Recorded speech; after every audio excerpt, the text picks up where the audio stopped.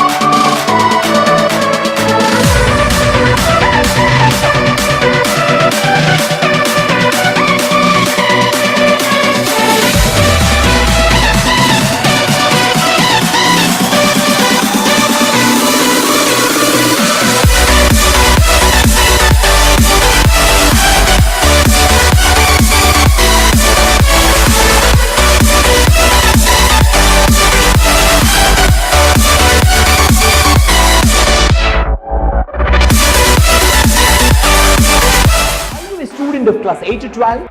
Are you confused about your career? Do you want to know how to develop 21st century skills? CBSE, India's premier education board in association with Guinness World Record winning Lifeology Foundation, is organizing the world's largest guidance festival for teenagers. Mark your calendar from September 19 to 24. Listen to the brightest brains across the world, interact with expert mentors, and get connected with global wizards. You will end up with perfect clarity regarding career, skill development, and emotional well-being. Also, grab a valuable certificate marking your participation. Don't miss this opportunity. Register now.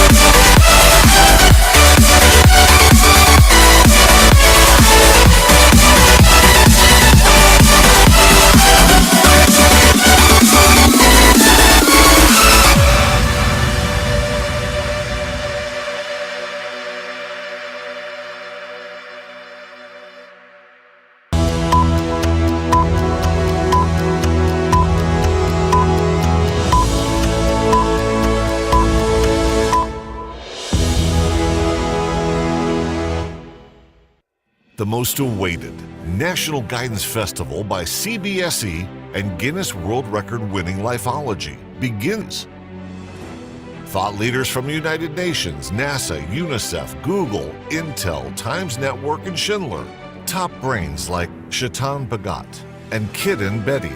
Alumni of Ivy League universities like Harvard, Stanford, London School of Economics come together to mentor and guide Indian students. This mega festival is going to be the largest guidance event in the world, with 27,000 schools and an estimated participation from 1 million students and parents. NGF National Guidance Festival will transform the career and life trajectory of our young students by introducing them to scientific guidance, self-assessments, and career mentoring through which they obtain crystal clear clarity regarding their future. This 20-hour certification program of international standards will inform and inspire our next generation towards the most significant dimensions, career and life. CBSE Lifeology National Guidance Festival from September 19th to the 24th. Be future ready.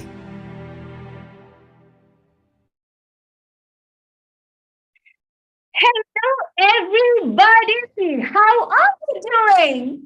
So this is amazing because we are on day 4 of the much awaited CBSE Lifeology Foundation National Guidance Festival. How are y'all feeling? Yes, I can see. Oh my God, you know what? Every time when I come here, what really keeps me motivating are the lovely chat that you guys give. You know, I can see that you've all formed a sort of a hub there. You know, hi everyone, anyone who speaks Marathi, anyone from this school, anyone from 11th standard, anyone who's got exams tomorrow, you guys just find your gang here.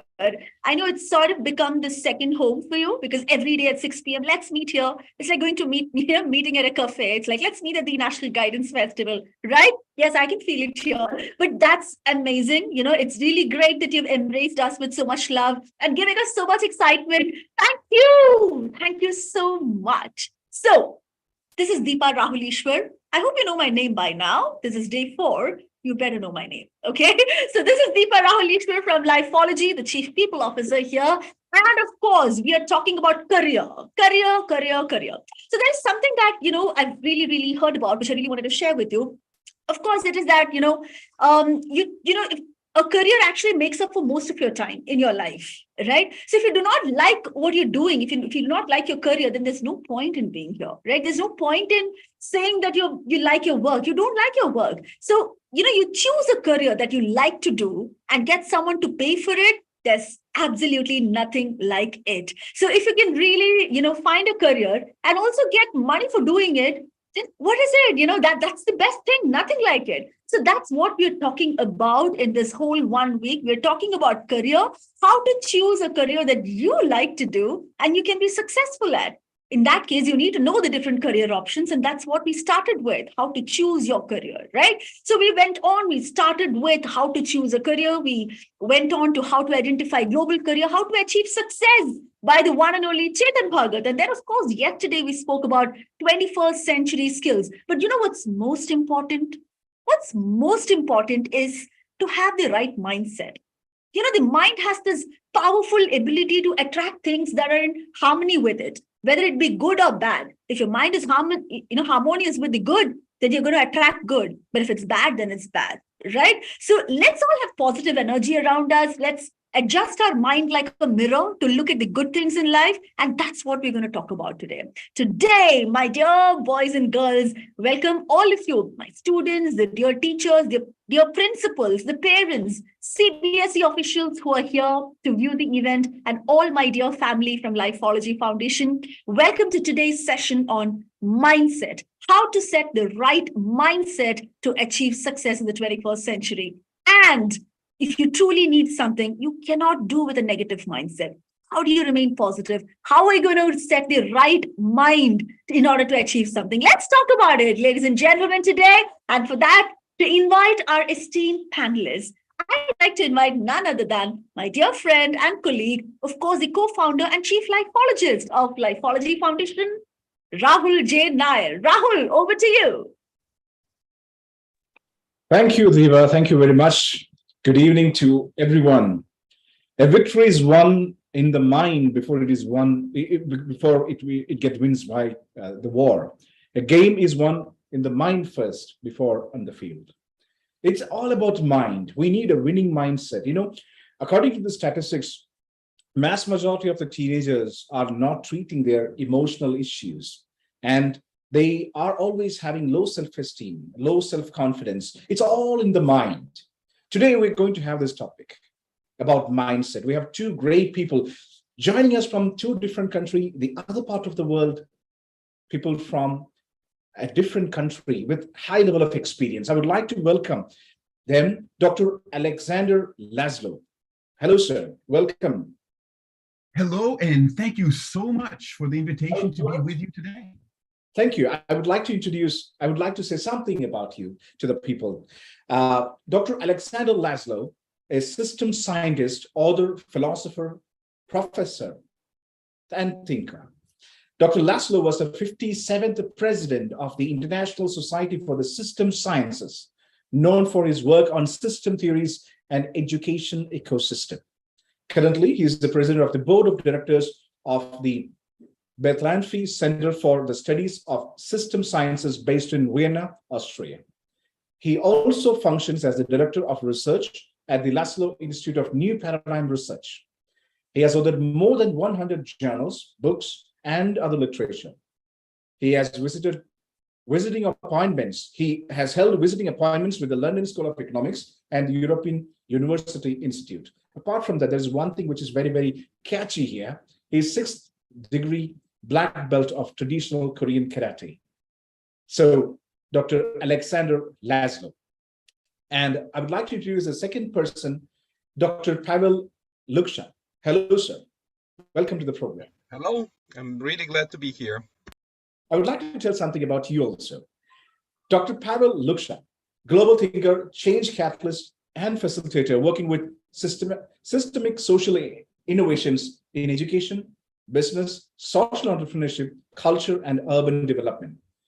Pavel is the founder of Global Education Futures Initiative, co-founder of the Voice of Youth Initiative and Teen Start Youth Entrepreneurship Program, the fellow of World Academy of Art and Science, and the co-founder of 3 international social movements, Learning Planet, supported by UNESCO, Future of Capital, supported by UN, and Living Cities.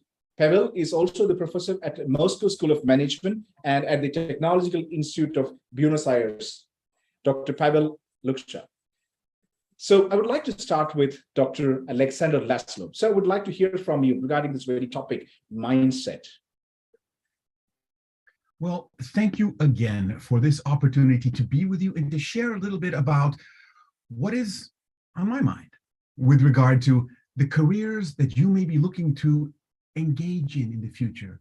And as Deepa was saying, and Rahul was just mentioning, if this is not in your mind, if this is not a fire within you that you want to be able to achieve for your career, then you're just paddling the water. You need to actually be fully engaged. So I have a couple of slides to share with you, and I understand I have just 10 minutes to do so. So let me go on over to my slide deck. And as soon as I got the chance to do that, I had to be made host to do that, though, I think, yeah, or co-host. Otherwise, I can't share my screen. So as long as somebody in the team there can make me co-host, then I can share my screen. Yes, I will be doing it. I will be able to share my slides. But meanwhile, while we're getting, I'm now co-host. There we are. Okay, so here we go. Okay, so I want to just share with you 3 slides very quickly, just so we can think about what's happening in the world in education and how you can orient yourself to this. So we can think about the changes. A couple of these slides are a little more technical, but I want to get to really the mindset in a moment to be specific about this. But we have to think about the way in which education is changing. Education itself is now much more oriented towards the competencies that you have. And that means how you are thinking about the world. The changes in industry, as are demonstrated here on this slide, look at the way in which our things are shifting. We used to have industry 1.0, which was really about mechanization. And then industry 2.0 was all about electrification. Industry 3.0 was automation, and Industry 4.0 was more digitalization. We live in that world now. Industry 5.0 is personalization. It's how it is living in your life. And so the idea is that this is happening now in industry. What is happening in education? Well, in a similar way, what we are finding now is the mindset that people are learning to work with in their choice of career, in their choice of life path is absolutely critical. So let's look at a couple of things. I'm going to look at a whole systems mindset. The first thing is that we think about is the know why. Know why you want to be doing things in the world. Know why you want to be engaging in a certain type of life path. And this mindset has to do with your worldview. Do you see the world as something that is fundamentally a place where you want to have a service? Do you see the world as some place that is fundamentally a competition? Do you see the world as fundamentally a place where you want to be a leader? What kind of leader? So the evolutionary leader, and I think Pavel will mention some things about this as well, has to do with a perspective that brings you into the change that creates new worlds, being world creators, right? That's a really powerful mindset. This involves systems and evolutionary thinking, a kind of looking at where are you in the place of change? And that involves also understanding the interdependencies of global dynamics. Just look at us here. I'm speaking to you from Buenos Aires, Argentina, where we're just beginning to enter spring. So a very different part of the world. And this sense of us being together, that's part of the mindset that we can cultivate, that you can cultivate in choosing your career path. I also want to bring into this the framework of the skill set. Now, this is kind of an addition to the mindset. The skill set is about the know-how, not just the know-why of the mindset, but the know-how, the collaborative skills that you need, the strategic conversations for effective communication and action, and the sustainability principles and practices that you know how to be part of this interdependent global dynamics that I mentioned in the previous part. So the last part I want to put here and put an emphasis on this is that this includes also a heart set. So this whole system mindset has the mindset per se, the skill set of how you're able to be and do in the world, and the heart set of the care why and care how competencies. That's very, very important as well. And in this frame, what you are looking for, oops, let me just go back here one second. I think I can do that.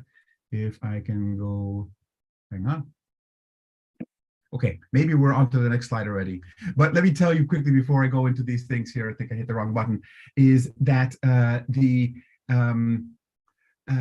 heart set is very important because this is the care why competencies. And this helps you learn how you can be in the world in ways that bring forth others as well.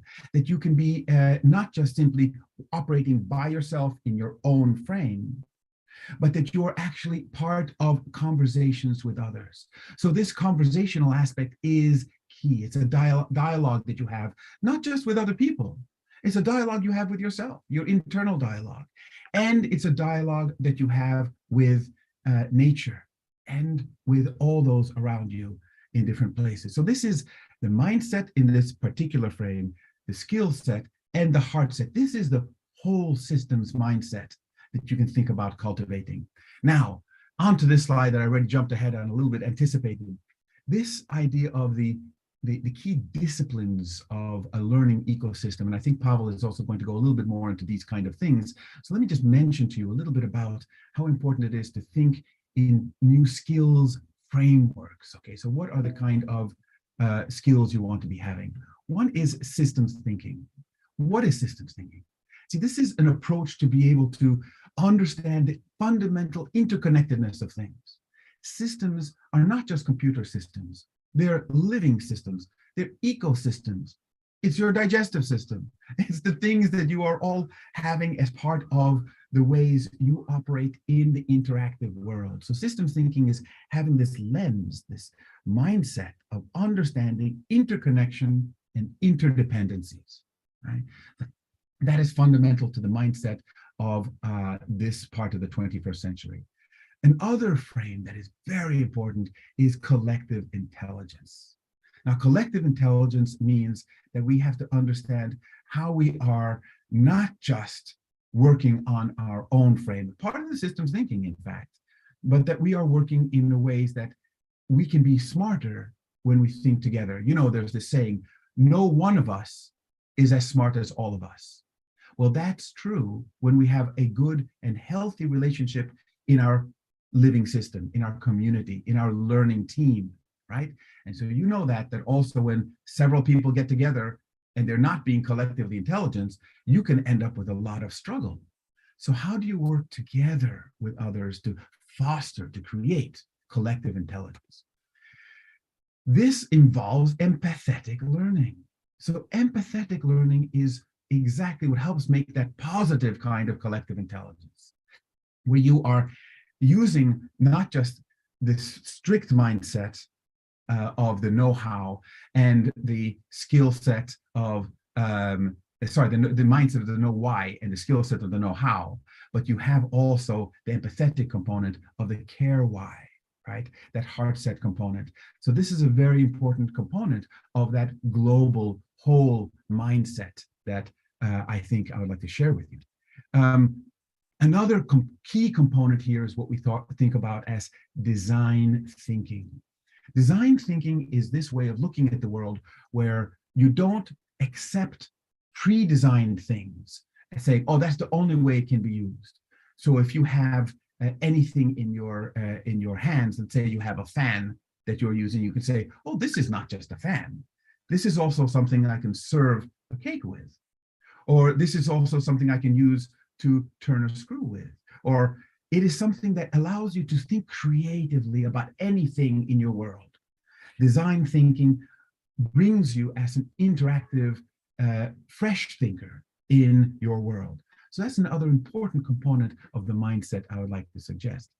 And there is something called biomimicry. Now, you may not have heard of this, but biomimicry is fascinating. It's a whole new area that's being developed now. And it says, nature is our teacher, because nature has been around for 3.8 billion years on this planet.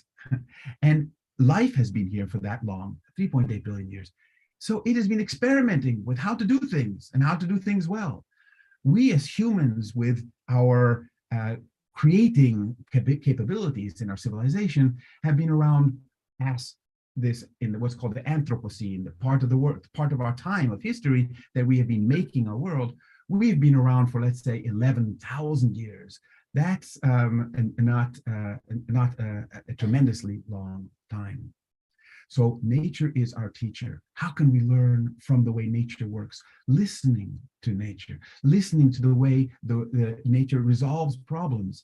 This can help us be design thinkers of true power. And finally, there's experimental prototyping. And in experimental prototyping, what you're doing is always testing. You're not waiting until you have everything figured out. This is a mindset that says, I'm going to go out and try it. Oh, that didn't work the way I expected. Now I'm going to modify it. Oh, now it works a little better. Now I'm going to try it again. So experimental prototyping is all the time engaging in the process of trying to make things work and learning from that process. Well, I see my 10 minutes is up, and I want to just again to share with you this idea of being the change you want to see in the world, right? This is very key, and I'm sure you're familiar with that expression, to be the change you want to see in the world. And this comes from that mindset of being truly participative learners. Thank you so very much. Thank you, Dr. Alexander. That was a great thought. Be the change we want to see in this world. And new terms, biomimicry, etc. New term for me. Obviously, that will be new term for the people who are listening to it. However, that is a fantastic one. Now, we would like to hear from the second speaker, and that was Dr. Alexander Laszlo, joining from Argentina. And now we'll be having another person, the great personality, Dr. Pavel Lukashev, joining from Netherlands. Over to you, Dr. Pavel. Thank you, and it's my pleasure to be here. So Alexander already spoke about some context, but I would like to maybe carry it further and discuss why we need specific mindsets for the 21st century. So I'll share some results of a very recent study we accomplished with World Skills International, and it involved over 50 countries of the world. So we kind of took a comprehensive look at what is needed in the 21st century, and that was provoked by recent turbulences such as the COVID pandemics, which really disrupted our society. So first thing we came to recognize that the world is now in a massive transition. And we also start to see more and more risks that begin to disrupt our society. Climate change, refugee crisis, economic crisis, social rifts within our societies. And some even say that disasters are collaborating better than people. But to many people, to many researchers, this is a symptom of some massive transition that is happening. That is related to the fact that old industrial paradigms of our civilization are no longer viable. We need to start looking for new paradigms that really work towards resolving massive disbalances in regard how we build up our organization of our society, the massive inequality that exists in our society, how we allocate our resources, but most importantly, how do we relate to the planet, and how do we make sure that not only the planet supports us, but we also support it? So a lot of people start to talk about this transformation and what it brings, and probably there are three key facets to that transformation. So the first one that is very widely discussed is the new paradigm of industrial organization related to the influx of new technologies such as artificial intelligence, robotics, blockchain, and many other metaverse and many other technologies that, as we also confirmed in our study, they are going to influence all of the sectors of our economies worldwide. So this is a massive transformation that is happening in front of our eyes in the next 10 years. But does this mean that human beings are no longer, let's say, at the center of those economies? Does it mean that they have to go away? Will they be replaced by robotics and other technologies? In fact, no, it's the opposite is happening. So what is happening is that robots are going to take more mundane and dull jobs, whereas human beings are going to shift their attention to jobs that are more creative and relation-based. Really important is the relation. Alexander was talking about empathy. So empathy is the foundation of building up healthy relations. And we are moving away from consumer-based economy, which was a bit of a problem for actually overconsumption of every type of resource. We are moving into what is known as participatory-based economy. So where human connection and participation in communities and collective action is more important than actual consumption of specific goods. And another facet of that emerging economy is that it's going to be increasingly regenerative. So what it means is that we are going to learn how to restore nature and how not to overuse any type of resource. So we are already learning how to share, we're learning how to recycle the finite materials, but it's also important to learn how to work alongside with nature. So Alexander was talking about biomimicry. This is one of aspects of that transformation, which is focusing on increasingly using nature-based technologies. So aligning ourselves with nature and learning not to combat it, not to exploit it, but really to support it and restore it. So the more, let's say, our economies grow, the healthier is the planet itself. This brings us to what we call a fundamental skill set, which includes the aspects of the mindset. So we categorized it in 4 areas. One of them, of course, is everything related to technical and digital, and I assume that has been covered in extent in previous days of the festival. The other aspect is the more we go into this, let's say, technologically enhanced world, the more humane we need to become. So socio-cultural and socio-economic capabilities become increasingly essential. And as you can see, we are talking about human, different skills that are human relationship building skills, emotionals, even kindness and compassion become part of that fundamental skill set. Cognitive and foundational skills are the ones that allow us to actually learn and act and thrive in this complex environment. And really quite essential is also developing our abilities to create universal well-being. Of course, part of that ability is to develop different green skills that allow us to work better with nature and to be nature friendly. But it's also learning how to take care of ourselves, our communities, our friends, families, and so on. That is part of the fundamental skill set we need to cultivate. So that brings us to the question, what is the right mindset we need to obtain?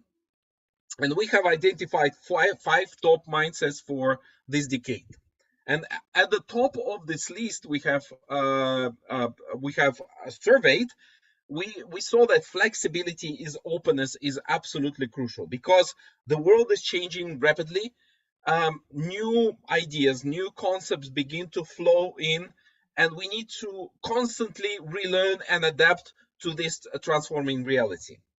Coupled with that, we of course need to be creative. And Alexander was talking not only about creativity, but also specific skill sets and mindset related, for example, to design thinking. But creative thinking, of course, is broader than that. It also involves being creative in various life situations, being artistically creating, being expressive. So everything that allows us to approach life in a more open way, where we find new behavioral strategies.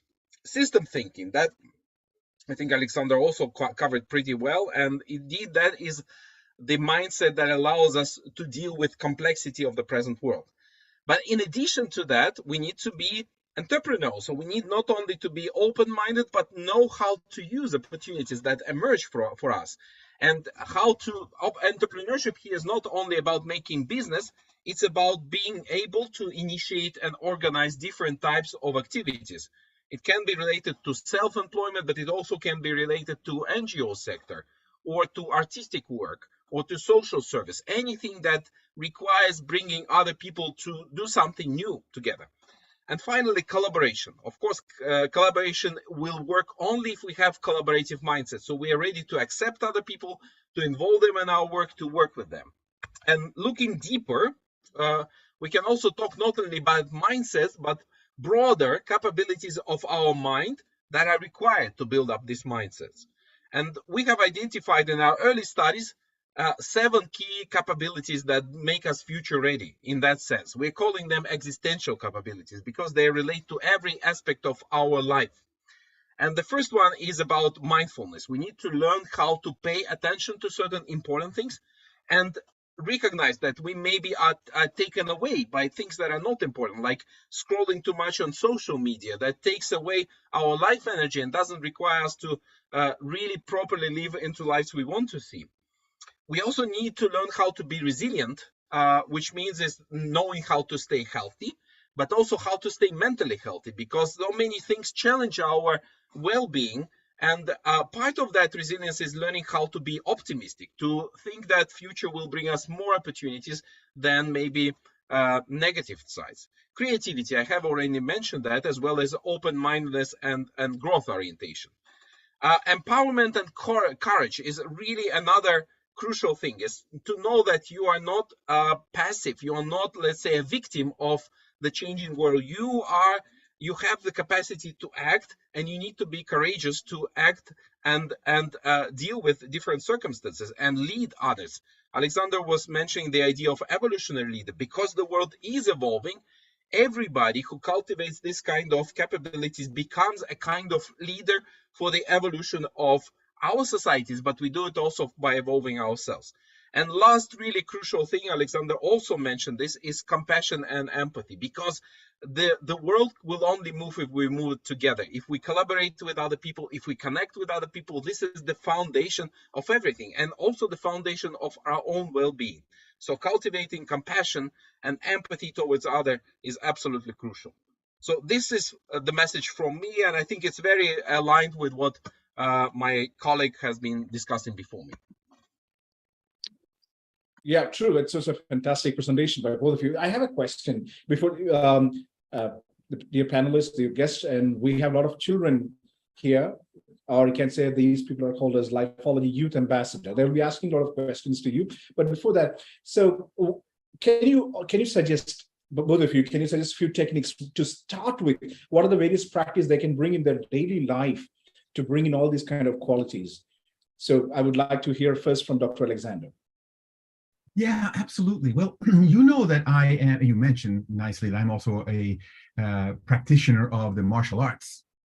And this actually is something that I like to bring into my life because it's a way of engaging with the world around me, not in terms of offense and defense. That's not what the martial arts really are about, but it's truly about managing your flow. What does that mean? Managing your flow means understanding whenever you're in a dynamic situation, how can you flow with that situation appropriately? Don't react. Don't just take your sense of I need to connect and I need breathe. The martial arts are centering. Keep your balance. That's an important part in the martial arts. Keep your balance. And then move with purpose. Move with a sense that this is what I want to do now. Okay. And I think that kind of groundedness is a good practice that one can develop. And if you want to take up a martial art, that might be a way of doing it as well. So martial arts is a good idea. A healthy body contains a healthy mind, there is a saying. Similarly, that is a fantastic tip for our children. So I'd like to hear from Dr. Pavel, other than martial art, along with martial art, do you have any other techniques that you can suggest? Yes, I certainly have quite a lot, but let me start with two things that I think really can benefit anyone. So I mentioned mindfulness because I think mindfulness is like a foundation of our capacity to really develop well. And what it is about? It's about cultivating ability to be self-aware. What is happening to me in this moment? What am I, for example, looking at? What is my mind occupied with? What are my emotions that I'm feeling? What is how my body feels? Where is my attention? And so on. And really learning different types of meditation that doing like quick checkups that allow you to really scroll through your body and feel, okay, this is the tension I'm feeling, this is the emotion, and so on. It brings awareness to these things. And once you get awareness, a lot of things start to change because you can learn how to deal with the most crucial, let's say, part of your resource, which is your attention. What do you pay attention to? So that's the first question is, first practice, and I'll have the second one, very brief one. First practice is learn to pay attention to where you pay your attention. And second thing is about the future, because everything we go into create in our lives is related to what purposes we set up. So consciously thinking about what are my life purposes, what I want to create, how this is related to changes happening in our society. Where do I want to see myself in 5 years, in 10 years? Maybe you don't have a clue about your career, but maybe you have some other qualities, like, for example, you want to be stronger, or you want to travel around the world, or something else. Just find something that really deeply resonates with you and constantly kind of learn where is that guidance? How can I connect with that future? What brings me to it? What are some experiences that I'm having today that are sort of like guiding me in that path? And connecting with your future is a really great way of becoming the person you want to see. Thank you very much. That was you were talking about meditation. And we are from India. Here we have a lot of meditation styles and practice. We have Buddhism meditation. We have many kinds of gurus who teach us meditation. But however, what I learned from the APA, my American Psychology Association magazine and the Monitor, very long back, there was a research that meditation, some sort of meditation, will reduce your fighting spirit and reduce the killer instinct. So do you think that what kind of meditation can be helpful for teenagers? Well, of course, we need when you grow and older, definitely these meditations will definitely help us to have more mindfulness and more listening ability and all. So what kind of meditation do you appreciate for children, the teenagers? Maybe the question is to both of you, both of Dr. Alexander and for Dr. Pavel Luska. Pavel, why don't you go first, since you were just talking about meditation? I'll follow up. Okay. Well, I think we can start with a very simple one, which is paying attention to your breath. This is the most universal thing. is I think every spiritual tradition has some element of that, because breath is always with us. Breath is something we daily practice. We don't require our mind to keep control of our breath, but at the same time, this is a connection between, let's say, our body and one of most essential processes that is happening in it, and our mind.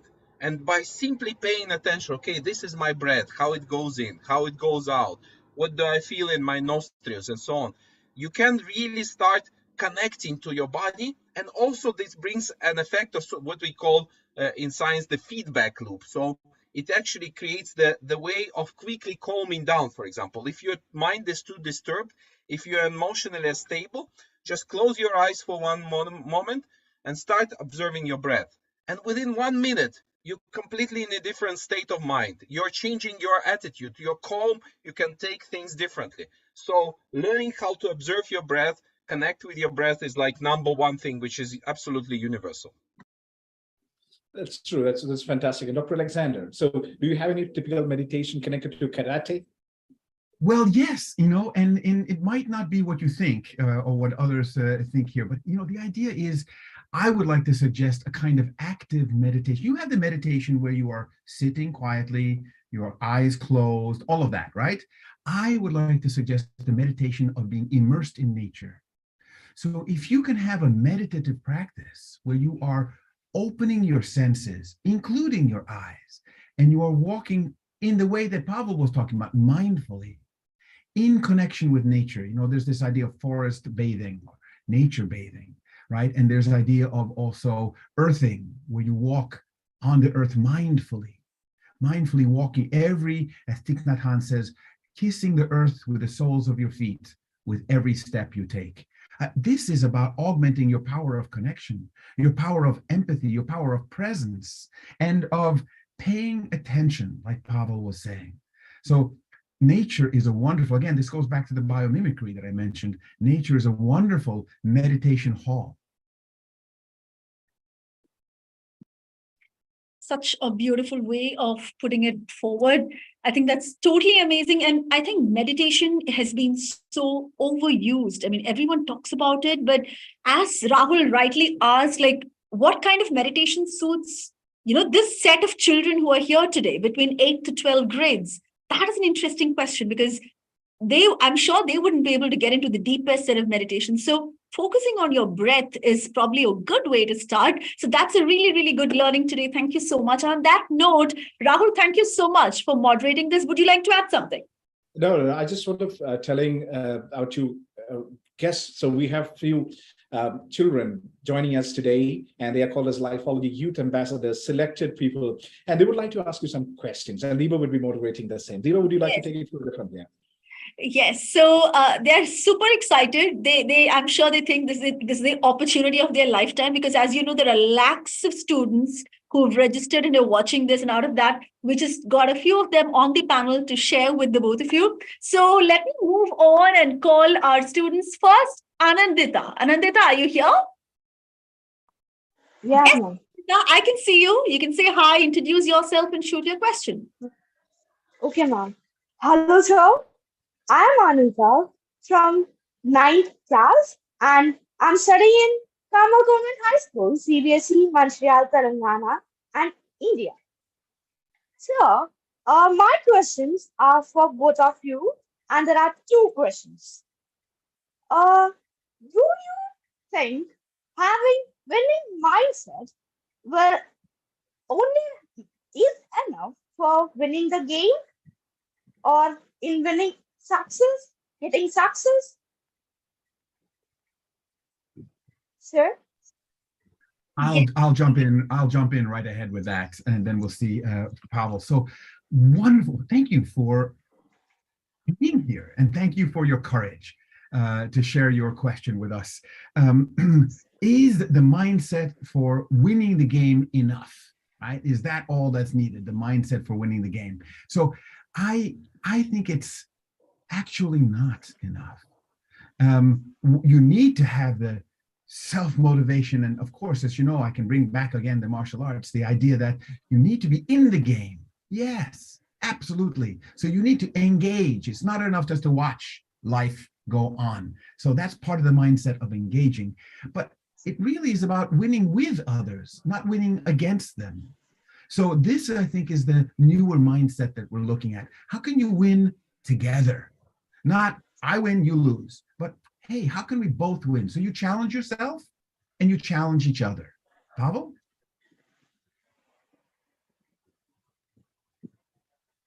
Yeah, I completely agree, and I feel that there are two types of games. Let's say there is even a beautiful book called Finite and Infinite Games.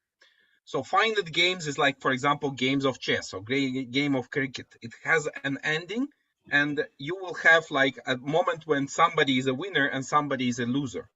In infinite games, it's like game of life. It just continues. New situations come in and so on. So in the infinite game, you cannot have a definite winner. And having a winner is more about how do we play together. It's like, for example, looking at the theater and really enjoying the play. So it's a different type of game. And I think the idea of winning the game is more related. Life is more about winning the game with others, continuing the game. So it's also, for example, an ability to keep yourself healthy. Some people in sports, they overstretch themselves and they have once in a lifetime achievements, but they have, for example, a sport trauma, which will prevent them from continuing their career. So taking care of yourself is really important. Same thing in business or any other game. So also keeping your friends. If you're constantly winning against your friends, they will not be happy. So creating some circumstances where you really learn to win together is important. So I completely agree that we need to think about these games more comprehensively, how they are part of our life. Amazing. Anandita, I hope that answers your question. It's truly about learning to coexist and wishing the best for each other. And that's extremely important. Thank you for the question. Let's move on to the next student panelist. Yes. Oh, yes. You had one more question. Go ahead. Yes. Yeah, ma'am. So, do you believe in luck? Do you believe in that? Is that your question? In luck. Do you believe in luck? Yeah. Yeah. Yeah. That's a good Pavel, question. you go first. All right. Well, yes, I do believe in luck, but I think that luck is our alignment with, let's say, deeper laws of universe. It's not just something that is granted to us. It's about learning how we kind of learn to be in that live stream. And we are more lucky, things start to happen coincidentally, and we have a lot of luck if we find ways to right, let's say, mindsets and for developing our personal qualities. Then a lot of luck starts to come into our life. You know, I would, Alexander, yeah, I would agree with one that. And Anandita, what a great and fun question. You know, I believe in luck in the same way that I believe in magic. If you don't believe that there's magic in your life, what a boring life, right? So you engage with the mystery and the joy, then you have good luck as well, because everything is magical. And that truly is a wonderful way of engaging with the world. Don't lose your sense of magic. Don't lose that ever. But I wanted to add that, for example, we are all lucky to be here today. So luck is about creating this, let's say, good coincidences that bring opportunities for all of us. And luck, therefore, can be cultivated. The question was to Dr. So Pavel. here comes my question. So here comes my second question. Yeah, sir. You can continue. I would know. I just want to add one thing. The question was to Dr. Pavel and to Alexander, Dr. Alexander also. I would like to tell something about the luck. You know, I'm a mountaineer. What we say, luck favors somebody who is prepared the most. Luck favors somebody who is prepared the most. That's what we keep in our mind when it comes to mountaineering. Well, I think you also, both of you will agree with me. Thank you. Yeah, you have any, let's continue, please. No question. That's it, sir. Thank you. Thank you so much, Anandita. I'm sure Anandita has a lot more questions, but in the interest of time, we have a few more students who are waiting. So let's move on to them. Let me invite Jamila. Jamila, welcome to the panel of the National Guidance Festival. And Hi everyone. yeah. I am Jamila Mustaq and I study in grade 8 in Abu Dhabi Indian School Murur in Abu Dhabi, UAE. So today I have a question for Alexander Laszlo, Doctor. So sir, what practices should we make to nurture a progressive mindset? What practices should you engage in to nurture a progressive mindset, right? So these practices, I think, are ones of centering, of listening, and of paying attention. There are many paths to this. So as I mentioned, there's the martial arts, Pavel mentioned meditation, there's immersion in nature. So the practices are truly this of connecting your heart, your presence with the world around you, with others. These are, remember I mentioned the mindset in the small, which is the know why, and then the skill set, which is the know how, and then the heart set, which is the care why, right? When you practice that by connecting, by listening, by being present, by grounding, and by caring. I think those are your best practices that you can do. And again, part of the practicing is part of what Pavel was talking about before also, breathing, just centering yourself. Yeah, thank you, great question. Thank you, sir. Thank you so much, Jamila. And let's move on to Harshita. Hi, Harshita, are you there? Yes, ma'am, I'm here. Yes. Good evening, everyone. I am Harshita and I study price, and I feel so honored to be here to get to ask my question. My question actually is that I was going through your profile and I understood that your work on the transformation of the higher education system. So can you explain like the strategies adopted to this transformation? Like what kind of transformation are you looking forward to? Pavel, you may want to take that for Global Education Futures. Yes, I definitely would like to take that. So on one hand, universities at the moment are seen as, so to say, repositories of the top knowledge, and they are supposed to prepare young people for most sophisticated jobs in the economy. At the same time, we need to understand that universities, as we know them, they have been created at least 200 years ago. So they already exist in this way for 2 centuries. So if we think about a smartphone that is 10 years old, it probably is an outdated smartphone, or a car that is like 20 years old. It's probably not a proper car. We already are moving in, we have different expectations. Our life is really changing. So university system, unfortunately, has a lot of elements that are really outdated. For example, it has a lot of disconnect between the academic work, the body of knowledge that is kind of transferred to students, and the practice that students are engaged in. So one of the directions in which universities are changing is to give, as early as possible, opportunities for students to really practice what they're learning. But that's just one element. Another element, for example, is that we recognize that there is a lot of individual-based learning, which is all about like, I'm learning this, but you're learning with me in parallel. We need to learn how to collaborate. This is one of the essential things. So, for example, part of that transformation is to create communities and groups where students can learn together, where they can undertake projects, where some of these projects can, for example, become new companies. So that's another transformation that is happening. But there are many, many more. So like, for example, ideally, when we think about the university in the future, it is much more resemblant of, let's say, networks, where we can, for example, connect with the best holders of knowledge at the moment when we need it, learn with peers that we need, and where it's less of a structured process.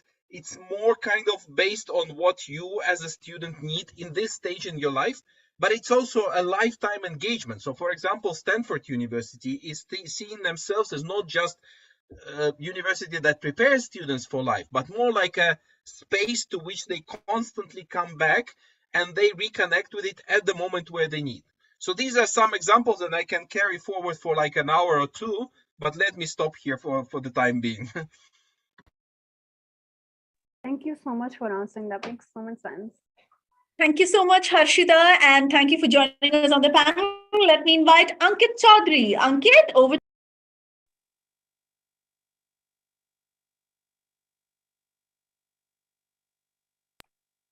Yes, Ankit, are you there? Ankit Rahul, yes, you have unmuted yourself. Can you please turn on the video, Ankit? Ma'am, video is disabled by the host.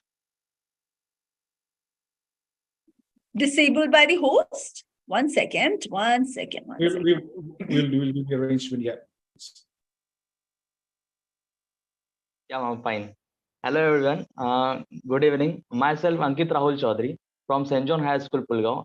I am from India, Maharashtra. My question is to Sir Powell. Sir, can you give a please small glimpse of your company, Global Education Future Initiatives, and what made you to grow into an entrepreneur in the field of edutech sector specifically? Let's say this. I think this comes from my inspiration with education. I was myself. I was born in one of those places in Soviet Union, which were called scientific towns. So there was a lot of, let's say, really rich intellectual landscape around me, and a lot of people that I saw how these people, scientists, researchers, how they were organizing different forms of, for example, clubs for young people, where I could learn chemistry or astronomy or design, art design, and many, many other things. And I was so inspired by like getting into this type of education when I was young. And I think this kind of things need to happen around the world. And I realized that maybe I was somewhat privileged to have that kind of landscape. And I would like this type of educational opportunities to be available to every person on the planet. So that was my inspiration. I also recognized when I was much older and when I was already in my corporate career, that for me it's really important to make impact. And where do I make impact? If I help the next generation grow in a different way and to thrive. And that's my commitment, and that's what our work is about. Also, sir, what are the differences you found in the educational sectors of foreign countries compared to India, and what is the most important aspect India lags behind rest of the other developed countries in the sector of education? Please, sir. Well, it's a comprehensive question, and I think that India is a very, very large country. It's actually today the largest country of the world. So I think it has all kinds of things in it. So there are most advanced type of thinking and most advanced practices in education that exist in some parts of India, in some schools. And other schools are really very outdated and very traditional, and maybe they don't have access to modern knowledge or these practices. So it's hard to say that, for example, India is lacking something. I think there is a wealth of knowledge and opportunities even within the country. There is a saying that we sometimes use. We say the future is already here, but it's unevenly distributed. So there are some places where the future is already existing, and some places where it's sort of lagging behind. And I think part of the story that needs to happen is to increasingly learn from best practices within the country and around the world. But also, it's not, I think when we talk about lagging behind, we need to recognize that every nation, every culture has its own pathway. And for example, some 100 years ago, some things that were part of traditional Indian education were considered by Western Europeans, they were considered as outdated, as obsolete. Today, we start to see that maybe these very things are the ones that most valuable, like the focus on personal inner growth. It's really absolutely viable and essential for the whole world. So the world turns into learning from India. So I cannot say there's something that India lacks. I just think when we look at specific schools and systems, we need to give students more opportunities to become active, to be empowered like you are, to be more entrepreneurial, to be more self-aware and conscious in what they do, and to learn how to collaborate, understand each other, communicate with each other. So there is a lot of things that need to just come into the system at a larger scale. Thank you, Great. sir. Thank you so much. Thank you so much, Ankit. And thank you for your question. Thank you both of you for answering the question. I wish I could tell you that that is the end of questions, but then we've been getting so many questions from our audience. I'd just like to take just two of them, if you don't mind, because they've been repeatedly asking that. And one of them would be useful for me also. So I really want to ask you this. And this is by Jayati. Jayati has asked the question, how to stop overthinking to improve your mindset? So, the moment you think you want to focus, you want to meditate and all that, a lot of these thoughts come into your mind. It's happened to me also. So please help. Well, okay, Pavel was just speaking, so I can move ahead. It's a big challenge, isn't it? Right? Especially for advanced practitioners, even in meditation. How do you quiet what's called the monkey mind? The mind that keeps the chatter going and saying, oh, I'm breathing now. Oh, now I should not be breathing. Wait, am I breathing too much? This conversation you have inside when you want to just focus. So this takes attention. It takes dedication.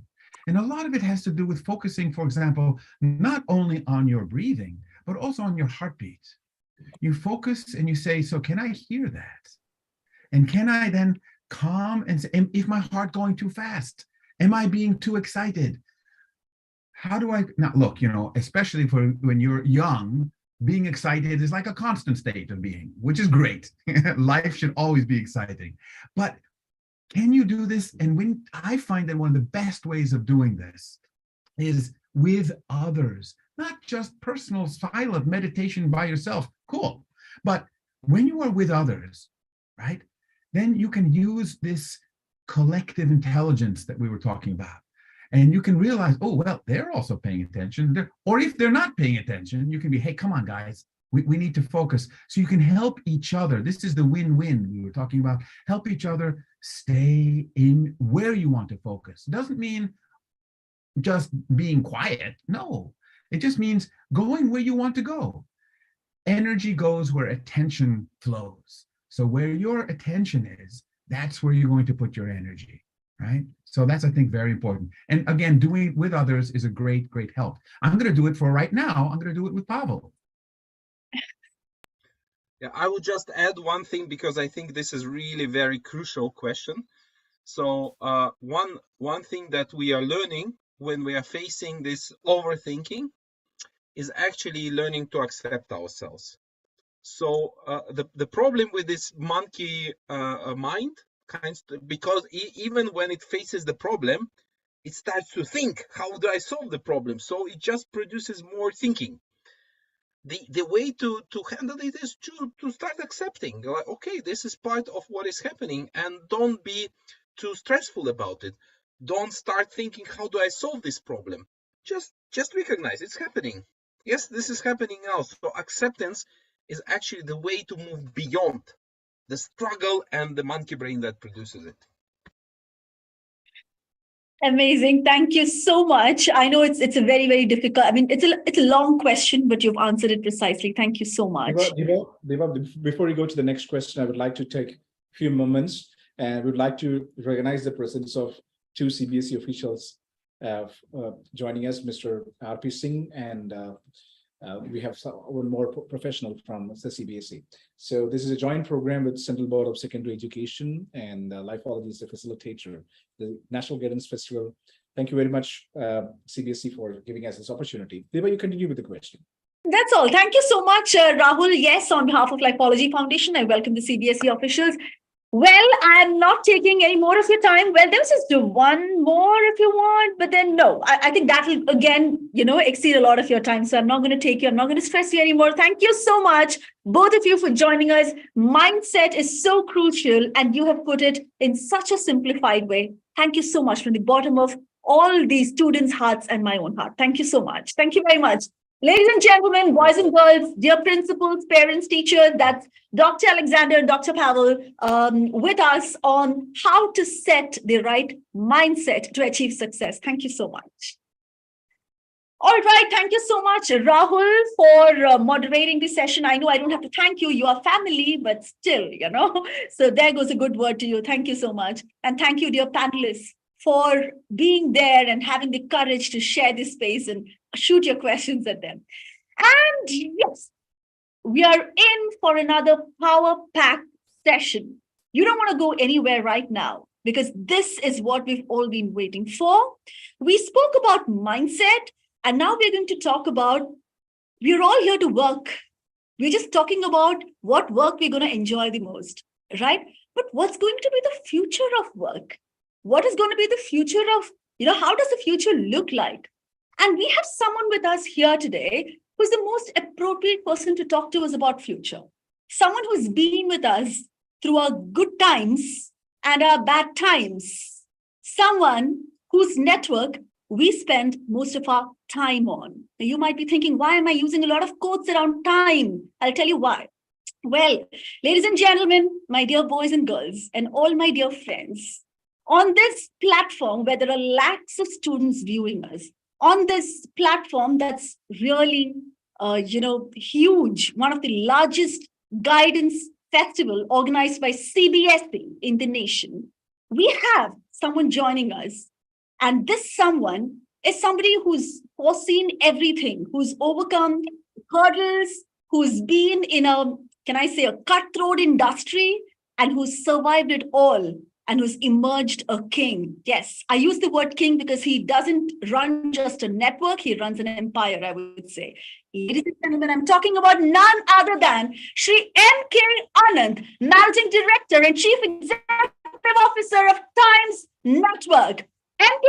Anand is credited as the turnaround CEO in the media and entertainment industries today.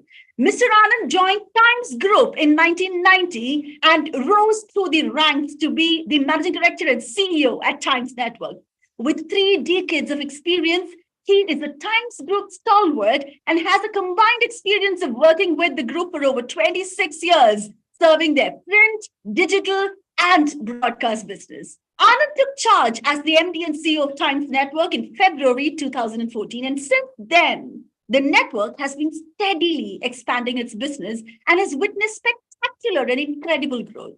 Setting the framework for a digital-ready broadcast business, Anand has successfully positioned TimesNowNews.com as the digital arm of the network as one of the top news publishers in the industry. Under Anand's leadership, Times Network's best-in-class news brands, Times Now, ET Now, and Mirror Now, grew exponentially in viewership on the back of its impeccable standards of news reportage, presentation, and creative advancements. The network's legacy brand, Times Now, has been the market leader for over a decade and continues to rule, while its English and Bollywood entertainment channels are leading in their respective genres as well, making Times Network a unique collection of market leaders.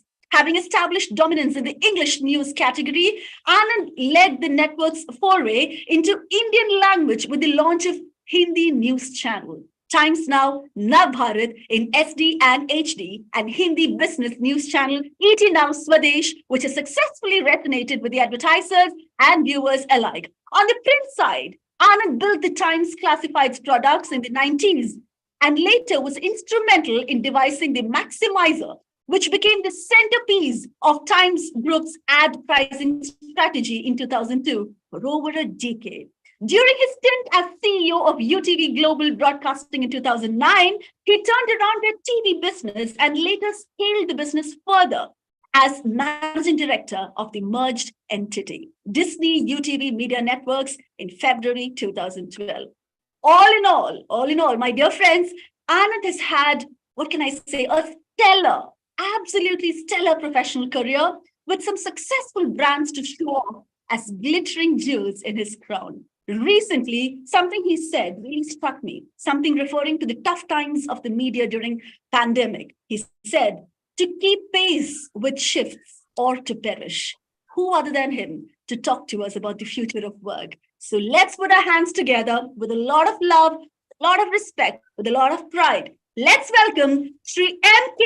Anand, Managing Director and Chief Executive Officer of Thanks Network, to the largest guidance festival organized by CBSE along with Lifeology Foundation, the National Guidance Festival. Over to you, Sri M.K. Anand.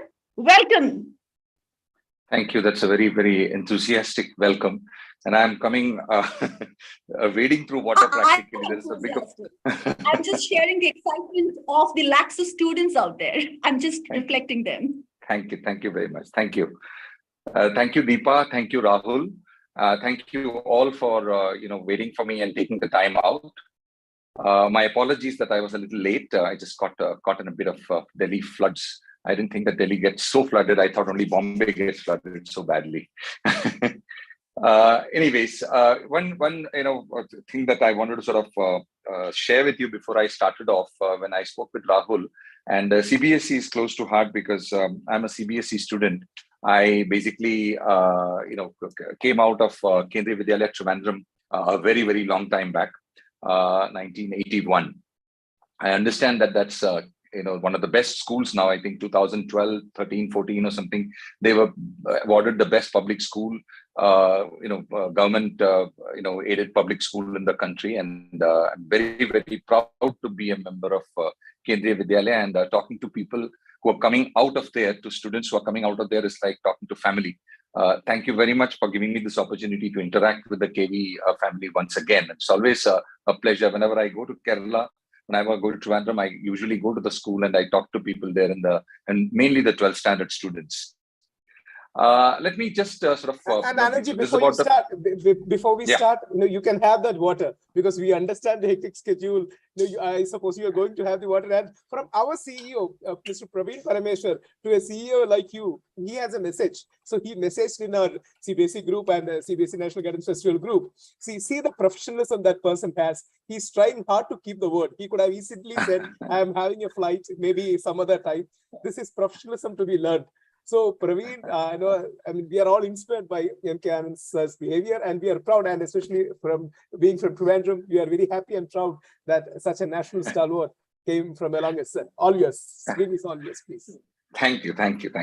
So I made some notes, and unfortunately, since I've come running, I've not been able to print it out. So I'll have to read it out of my phone, because of which I will have to go off the video for some time when I speak. When I come into the question answers, I can come back. In any case, there's nothing much to see on me. 1 second, please. Okay, so along with as he just settles himself, we also, of course, I don't have to welcome him, but then yes, we also have Rahul Ishwar. He's already introduced himself, but then after that, the really goosebump introduction about Sri M.K. Anand, I couldn't really bring anyone in there. So I think let me take this opportunity now to invite Rahul Ishwar also, along with Mr. M.K. Anand, to interact with him. Yes. Yes, Mr. M.K. Anand, this stage is all yours. Go ahead. Yeah. Okay. Thank you. So what would be the future of work? So to understand the future of work, we need to understand the past of work and the nature of work itself. I'm sure all of you all know Homo sapiens happened 3 lakh years ago. We became conscious about 75,000 years ago, vaguely and faintly, and then suddenly in what we today call the cognitive revolution. If you've heard about the cognitive revolution, about 74 or 75,000 years ago is when suddenly we started figuring out that, there's a world around us. Otherwise, anatomically, our brain was actually as developed as it is now. But somehow we had not figured out. And apparently it said that it is because of substance use. I'm not saying that substance use is a great thing, but apparently substance use led to art, and then art led to cognition. Anyway, 75,000 years ago, we became aware. So as the first amongst us became aware, we found ourselves in a completely hospitable environment, surrounded by a loving family. Otherwise, we wouldn't have been there. The fact is, we came into a world which was, the best suited for us, filled with fresh air and water and fruits and roots and prey animals and shelter and mates. But we had some concerns. Our practical problems were where to find wood and water, guarding our nest and young ones from predators, cleaning our nest and vicinity to keep it habitable, heal an injury when it happened. And these are like, day-to-day problems, what we call in today's day and age tactical problems. Then we also had some strategic problems. What if the water ran out? Because we know that, after some time, the rainwater will run out, and then our food supply can get disrupted. Then we'll have to move somewhere else, etc. What if some other tribe or clan comes and pushes us out of our, cozy little source, little cave that we have sort of, been keeping with us for generations now? Or what if our mate runs away with somebody else? Now, these are long-term problems to ponder for a conscious animal. Now, dealing with these without awareness is what we call instinct, and is called life. So that's how we survived for 2.25 lakh years of our existence. There was no work as we know it. Basically, out of 3 lakh years, 2.25 lakh years, we did not work at all. So logically, we can say that human beings have spent more time on this planet being unemployed. So I don't think, first and foremost, I have a 12th grader at home, and she's really, really concerned because I have an elder son who's doing well on his own. And then I am doing my job, and my daughter, sits and sort of wonders, what will I do? Will I be able to do stuff? So first and foremost, you 12th graders, you 11th graders, you students, you need to know that human beings are not designed to work. Human beings have had a great life without working for 2.25 lakh years out of 3 lakh years. It's only after awareness we started beholding problems, breaking them up to solve them in parts by applying intelligence. Thus began work, deliberate, logical, pure effort to change something to be more valuable for human existence. That's work. In Indian languages, what do we call it? We call it karma. The human work has been magical. From adapting to our environment, as in from finding ourselves in the environment and adapting ourselves to that, we have started re-engineering our environment. We have modified land, water bodies, rearranged minerals, harnessed electromagnetism, enhanced the earth's fertility, bred plants and animals that suit our tastes, and are in the process of sculpting the earth into a vast, secure nest that feeds us without our physical effort. In fact, if you look at work from that point of view, which is basically rearranging the earth to suit us, this means that you could imagine that human work is finite and close-ended. Like we were asleep before we became conscious. We woke up and realized that we can improve our room and start working to change it. Which means that you'll come to a stage where the room is almost perfect. Now, you don't need to work after that, right? So all this work is because of our consciousness. And the last 75,000 years, we have been finding methods to make it better and better and better. But I believe that though human desire is unlimited, the average satisfactory existence of a human being on earth can be quantified and provided in terms of services and products. So the sum total of all that needs to be provided for human beings on earth in a sustainable manner. So the sum total of all that needs to be provided for human beings in a sustainable manner is an end state that can be a finite target. So there is no need to imagine a future of endless work. Now, we are not talking about a future of the next 5, 10, 15, 20, 30 years, maybe 50 years, 100 years, maybe 500 years. But fundamentally, we are probably, we will approach a target when human beings can live without working. And, it's heresy to say that today, but indicators of that deliberate and compulsory work will not be necessary in the future. We in the 21st century actually have inherited our world from predecessors who have done most of the slog work. Now, incidentally, work is not about I start work and I end work. What we are actually doing, we don't realize that. We are actually like a mega building, very, very, very large building. And we are actually born on the top of the building. And we are just putting a few bricks and then we will die. And the next generation will come and put a few bricks. We get scared of that little bricks that we have to lay, those 5 layers that we have to put, without realizing that we are standing on a mountain which didn't exist. What we currently are sitting on is the world that our predecessors have made with most of the slog work already done. Most of the slog work is already done. How to improve the productivity of soil to give you better yield, 3 to 4 times the yield without, agrochemicals was not possible. You had to do it with nitrogen fixation. How to manage, diseases by coming up with, vaccinations. Edward Jenner was not possible earlier. We just sort of lived with it. Antibiotics. The works, these are things that don't need to be discovered more and more times. These are all basic existence. So probably we can say today, quite safely, that 80% of the survival work for human beings in terms of how to make this earth better for food, how to make this earth more habitable, how to manage diseases, tackle stuff, etc. 80 to 85% of the work is almost done. What we call developed countries are those that have already constructed infrastructure to support their populations to provide a decent life, right? In some parts of the world, which have been blessed with resources, have started economic development and strategic growth earlier on, and have had the right culture. We see this already in place. We see this in Scandinavia, in Japan, in Western Europe, certain countries of Western Europe, etc. Work in such places will increase, not be a compulsion. Now, work not being a compulsion doesn't mean that you'll not do what you'll not do something with your time. Work not being a compulsion means that the society will automatically have, like the pre-cognitive revolution man could just walk around, see an apple on a tree, pluck it, eat it, and walk around. Similarly, we'll convert the earth into infrastructure which will bear all those things that we want, whether it is services, products, clothes, cars, travel, etc.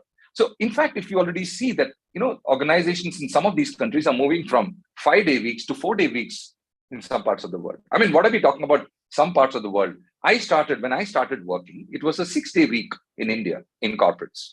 Then it went to 5.5 days when we would get half a day on Saturday, and somewhere down the line we started getting Saturday holiday. A 2-day weekend was not common in the 90s when I started working. So we've already gone to 4-day week. What does it mean? An organization pays you this. Robots and AI will in this century ensure that physical and mental effort is also delegated to machines. So we will need to make lesser effort. Before I conclude this part, I must stress here that doing less work is not a bad thing. That's our natural state. But the thrill of doing work and making a fortune is not going to be lost on us for some time. Certainly not in India, because in India, there is going to be a lot of work. So let's get to see what is the future of work, and very specifically the future of work in India. So the amount of work at hand for human beings, people like you and me, people like you who are coming out of your schools in the next 4-5 years, 6 years, 3 years, whatever, and looking at work, it's like waking up and seeing how many soiled clothes are there near the washing machine, or how many dishes have you left unwashed in the night, or how many things have you not arranged? I mean, is there a cleaning to be done in the room? I mean, if there is a lot of people at home and a lot of activity that is happening, there will be a lot of work. So the amount of work depends upon the size of a society, population, and the stage of development of that society. Stage of development, from a room analogy, I mean, how much is left undone, as in to be done. So where there are more people and growing demand and inadequate infrastructure, there obviously is a lot of things to be done. India is woefully short on infrastructure. Now, that is a very bad thing, but it's also a very good thing for people who are coming into the employment, into the cohort. It is also said to be the most populous country in the world and growing. I think it's next year that we're going to be crossing China. By some measurements, I think even this year, people are saying by the end of the year, we probably will be pipping China and be the most populous country in the world. And that's not it.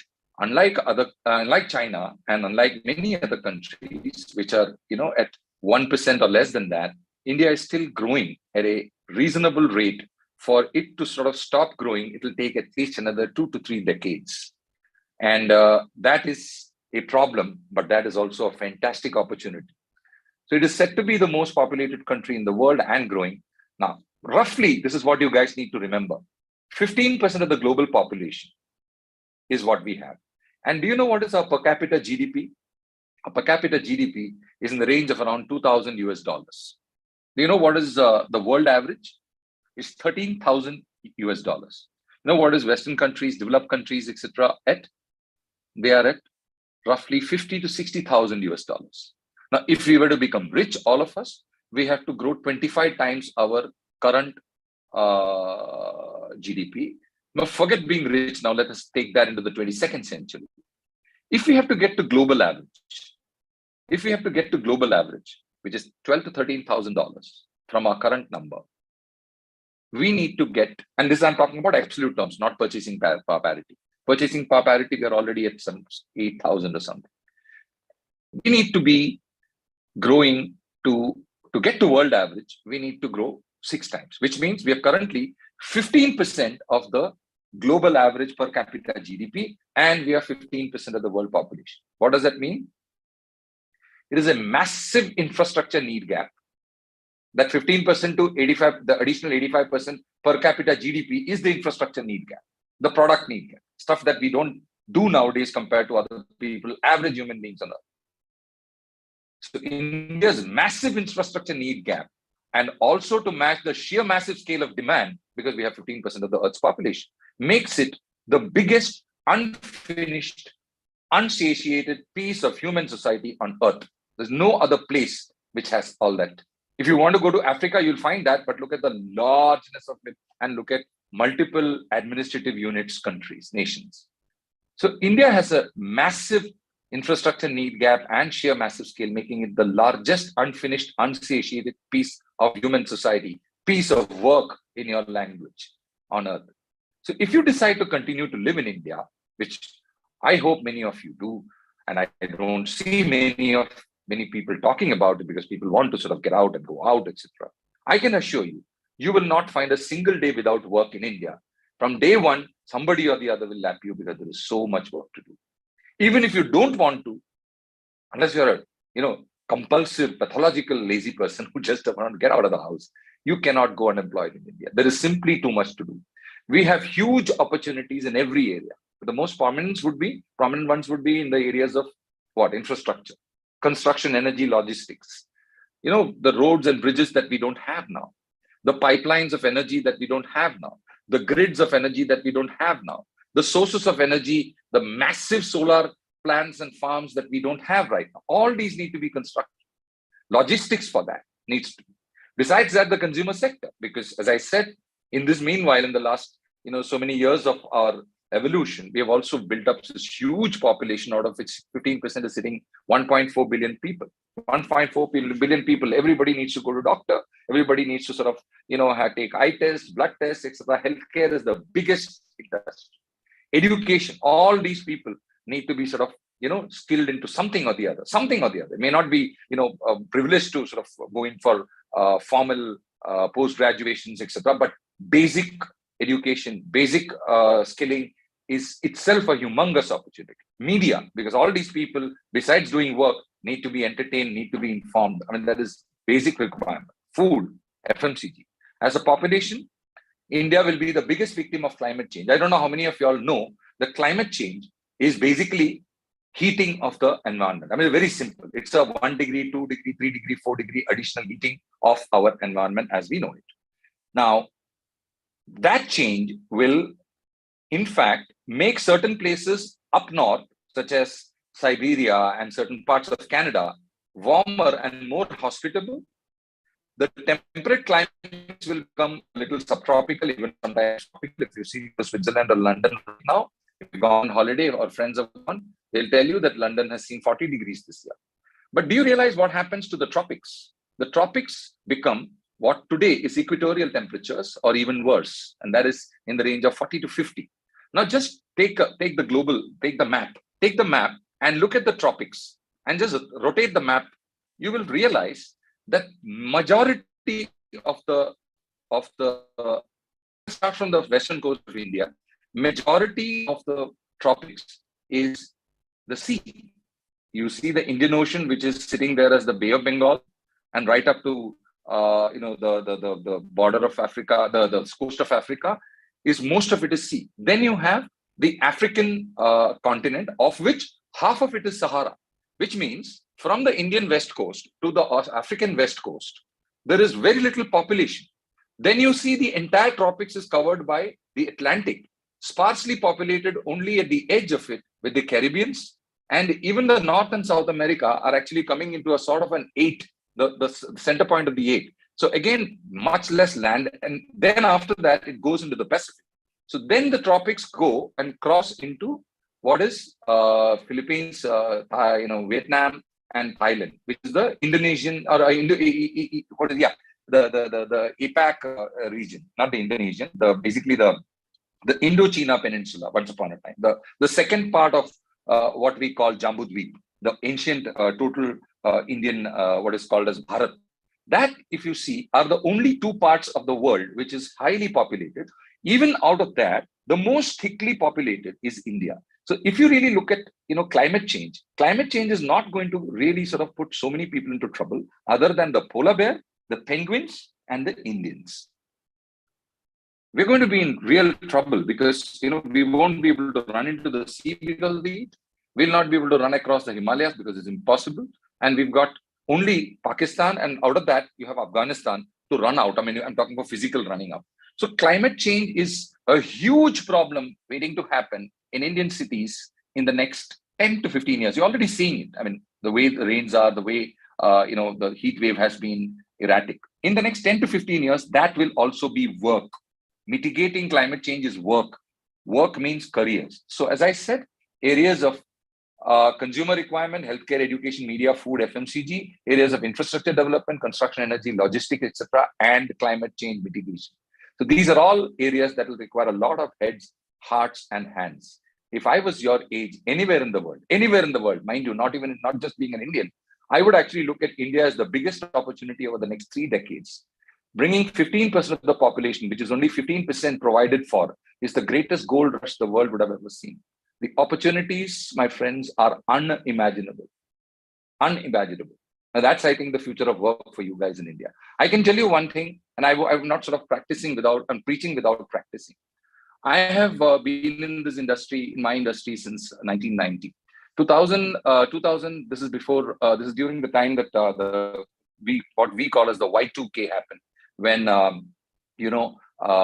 these guys, there was this whole fear that, computers around the world would go for a toss because all the dates were in 2 digits and they needed to convert it to 4 digits because 1999 was only 99 and 2000 would become 2000 and suddenly 99 would become 0. So all computers would stop working. This is what was called the Y2K problem. To sort it, a lot of people from India were drafted in those days to basically, go and do base work data entry, which began somewhere in 96, 97. And then it went into higher order work, from which emerged a lot of big companies that we know of today. But the biggest, backbones of the world's computer infrastructure has been built by Indians. And this is the time in 2000 when if you went to the US and if you were an Indian with a bag, people would just come to you to say hello. And in 2001, there was an opportunity for me. 2001 February, President Clinton was coming to India, and I was sent out there to sort of manage a special feature for Economic Times. And I basically went there, and I had some 8 or 10 meetings, and I was really, really sort of surprised because when one grows up with these things that you hear about race and racism, Indian, and I am not, a fair Indian. I'm not a white-looking Indian like the Punjabis are. I'm from wherever I am, and I was really surprised at the fantastic welcome I got on every place, at the airport, in the trains, in the taxis, etc., etc. So much so that, I think it was in LA. Yeah, in LA. One thing led to the other. Somebody referred me to somebody, and I got a job. I got a job in LA, and I'd not even gone to apply for a job. And these guys said, you know what, MK, you can come and join us. This was February. He said, by April you come in on a B1, B2 visa, and by October we'll give you an H1B or whatever. And H1B is like the thing. I took that letter, email, not a letter. It was on my laptop, and I was walking around the streets.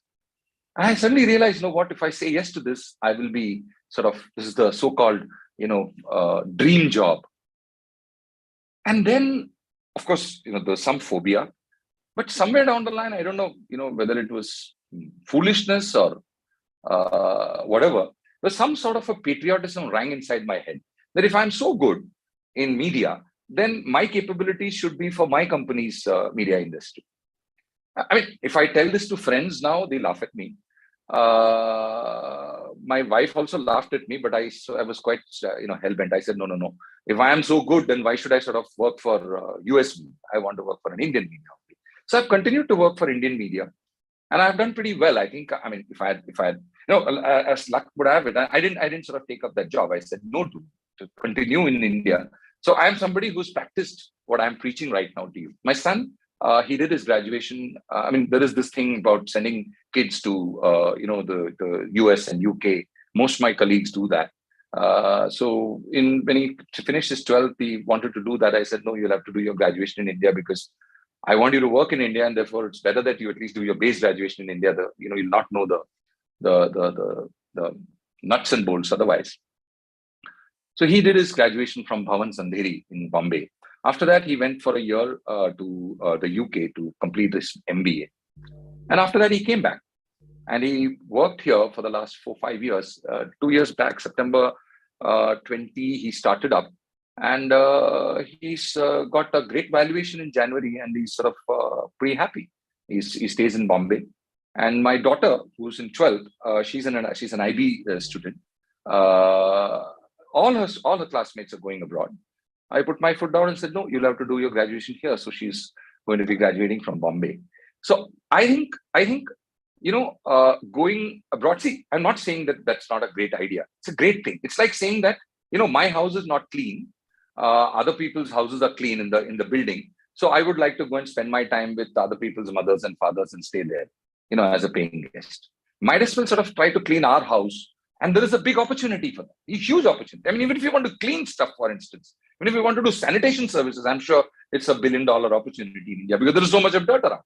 You understand? So everything, if you just want to get into massive haircutting business, that's a great business to be in. So India is the greatest opportunity. Please, look at that as the future of work, and you don't have to worry at all. You do anything. See, I did my BSc in zoology, MSc in fisheries, MBA in HR. They're completely disconnected. I'm not working in fisheries. I'm not working in biology. I did my HR, but then I did a career in sales, and I'm handling media. You know what? All this, this whole 12 standard marks, next year I need to get to this college, that college. Don't worry about this.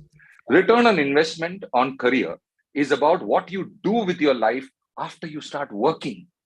After you start working. I worked with one of the brightest minds in Indian media, Ronnie Screwvala.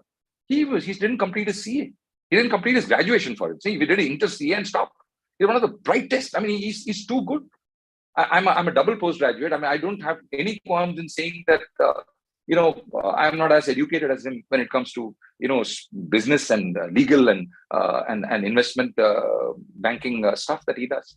So don't worry about your studies too much.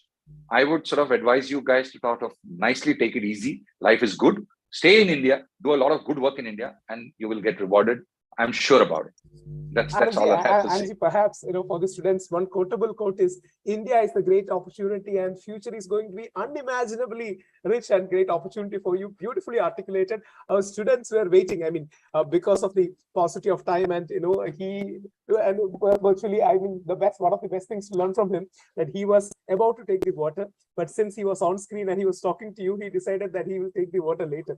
I mean, that shows the dedication and eagerness, honesty of the students. Our students have been equally honest to ask you questions. So, Deepa, I won't stand in between. Please call the students. Maybe we will have to cut 1 or 2 questions for the paucity of time. Deepa, for the students, please. That's the sad news, but let's just get along with it. So first, I'd like to, so Anand, so these are students who we chose based on their questions. So there are lots of questions from the time we started the campaign that, you are coming in. We did get so many questions, overwhelming responses, but we knew that we had a time constraint. So we were just chosen a few good questions. So first, I'd like to invite Taranjot. Taranjot Kaur, are you here? Yes, please turn on your video and thank you, Deepa ma'am. Question to Mr. M.K. Anand, CEO and Managing Director of Times Network. Go ahead. Thank you, Deepa ma'am, and hello, Anand sir. I'm Taranjot. I'm 15 years old and I live and study in Muscat. So my question to you is that you spoke a lot about how there are a lot of career opportunities in media. But according to something that I read recently, the intervention of AI in media is increasing. Something called automated journalism, which works on the basis of an algorithm, has come up, and this has to a great extent reduced human intervention in the field of journalism. So do you still think that there would be great career opportunities for a lot of people in the field of media and for students like us? See, first of all, I think one needs to sort of go back about 150, 200 years, in this whole thing called employment and work. Employment and work started off, first only as people who got drafted into armies for large groups of people to be taken in for some group work. So that has got converted into what we call the corporations for work, and corporations employ people for journalism or for sales or for management or for distribution, etc. And they all come together and provide this. What artificial intelligence or technology per se does is a lot of these things, which we needed to bring human beings together to do, is getting, you are able to, buy tech and get it done. You should, first of all, stop imagining, your first 3 years, I understand, you start, going, and I can assure you one thing, in the next 10 years that you get into the industry, no AI is going to be able to write articles or so easily sort of accept. First of all, even human journalism is something that we are sometimes so suspect. We want editors to look at 2 and 3 times. You think we'll actually sort of put out AI edited copy out there and sort of risk, potentially insulting somebody and, invite ire? No, we'll not. So I think, initial, opening jobs, etc., I don't think is going to be at risk. But you should look at AI as your opportunity. If you can buy such software and that can write 10 times more than, a human being, you can, get 3 such software licenses and have 30 journalists under you without paying anything. Start a newspaper of your own. You understand? Look at technology, what technology takes away. I've seen this across the board. Technology, whatever it takes away, it gives you a lot more back. You have to look for the glass half full and not the glass half empty. Very important. Technology, yes, technology is a very scary thing for people who consider themselves as cogs in the wheel. You are not a cog in the wheel. You've been made a cog in the wheel because of a certain type of economic structures that we have been brought up as. 75,000 years ago, till agriculture, which is 10,000 years ago, till industrial revolution, which is 500 years ago. Then you have Adam Smith and Marx and XYZ, etc. And then 50 years back onwards, computers. Point is, you and I are not born to work. We are born to enjoy. We are born to do things. And that doing things is interesting for other people. And that doing things, we will get aided by technology. And that is what is called a business. And that's a startup. Great. Deepa, second question. And Anandji, just we have one quote in Lifeology where we point out students, especially their future, they are neither half empty or half full, but they are half to be filled glasses. They are half to be filled. So, with a positive articulation. Deepa, next question, please. Right. So we have the next question. Thank you, Taranjot, for the question. Well asked. Okay, let's move on to the next student and Manan. Yes, Manan Mittal, go ahead. Hi, ma'am. Good evening. So first of all, thank you so much for the session. So my question to you is that we always hear about a winning mindset, but how do we develop to accept failure? Because with the increase in competition, there are more changes in chances of failure in a teenager's life. So how do we actually develop a mindset to accept failure as we come along various tasks in our everyday life? Okay. That's a nice question. Now, the thing is, there are 2 ways to answer this. One is to tell you that the chances of, you being conceived and being born is so remote. If you were conceived or your parents went into the act of conception a month earlier or a month later, you wouldn't be here. So the chances of you coming in, and then the chance of that zygote becoming an embryo, becoming a fetus, and then sort of surviving, and then coming into the world, and then that child growing to become 15, 18, 20 years is so much that you've already done 10 times of the failures chances you've already come with. Now, it's just a little remaining part of the enjoyable part of the life that you need. I'm telling you this because, my children were born premature. My daughter was the smallest baby in India at that time, 950 grams or something. So I've seen 950 grams, I tell her, she was smaller than a cabbage, and her kidney and liver and lungs and everything was inside. Now, if you can become from that to a human being, now from human being to successful or not successful does not matter. Enjoy life. That is one question. Second, one way to look at it. Second is, there was a mathematician in the 1940s called Claude Cassius. He's known to be the father of the computer, an American mathematician. He came with a definition for information. He said information is the reduction of uncertainty. So it's It's a conceptual statement. Information is the reduction of uncertainty. Now, I read it and it was interesting. So I realized that what is the greatest fear? What is the greatest fear? The greatest fear is the fear of the unknown. Even death is a fear because you don't know what is happening after. I mean, once you know that death means cessation, there's nothing after that, then you don't fear death because you have to die. But the greatest fear is the fear of the unknown. Now, if you add these two together and put it together, information is a reduction of uncertainty, and the greatest fear is the fear of the unknown. So, information can be used to reduce fear. The biggest thing that draws us and keeps us back is not the lack of skill. It is fear. Fear to speak up, fear to do anything, even running away. What will people think if I run away? So I'll sit here. So that fear goes with information. So whatever is the subject that you're in, if you are adept at it and you've done all sorts of reading around it, the chances of it failing is less. Like the chances of a rocket engine from ISRO failing is less than a Mercedes engine. The chances of a Mercedes engine failing is less than a common car fail. That is because they have put so much more thought into it. So you put more preparation and thought, you can mitigate fear to a large extent, 99.9%. That 0.01 still exists. When that 0.01 exists, comes up, you have to tell yourself that, you know what, this could have happened to me when I was being conceived, when I was being born. I still came, so I will stop. That is the mindset point. But the success does not come from that mindset. Success comes from knowing that it will happen, and a failure is just a delay in the success. And in the long range of time, it does not matter. It does not matter. In one particular year, I was 26. I was expecting a promotion and I was not given. 26 years old. So I was very, very upset, and I went to the skip level boss, my boss's boss, and complained, I was expecting and all. I said, okay, Anand, okay, what's your age? I said, I'm 26. Okay, when will you retire? I said, I'll retire at 58. I think that's the employment terms. So do you really think this promotion is going to make a difference to what will happen to you when you retire at 58, end of your life? This one promotion, nahi mila, you will become, not become what you would have otherwise become. I said, no. So then shut up and go. In life, a little delay, failure is just a delay. If you decide to do it again, you understand? And that is called perseverance. And that perseverance is called character. Stand up, do it. Stand up, do it. Stand up, do it. Stand up, do it. And you will get it. So what are the three things? You are anyway successful that you are already here. 2 is information is the reduction of fear. 3 is get up and do it. Failure is just a delay. Makes a lot of sense, sir. Thank you so much for that. Wow. Thank you so much, sir. Thank you, Manan Mittal.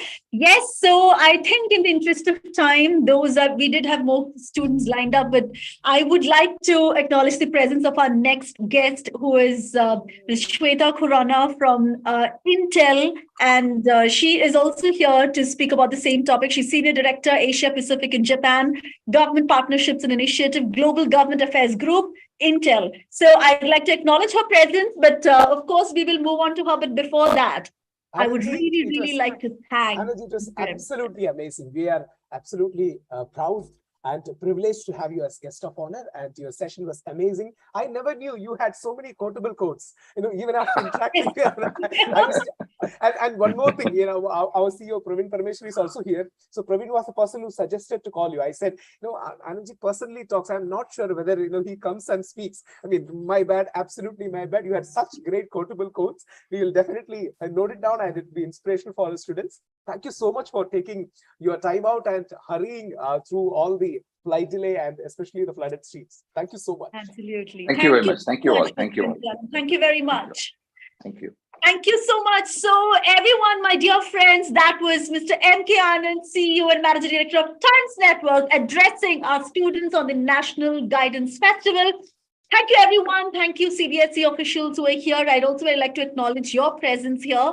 And yes, we are moving on to our next session of the day on the same topic. Of course, the topic is the future of work. And for that, I would proudly like to invite a lady onto this panel. Yes, like I just introduced her, like I just acknowledged her presence a while back. let me just say a little introduction about her because she's got such a prolific profile. So let me just say a few words about her.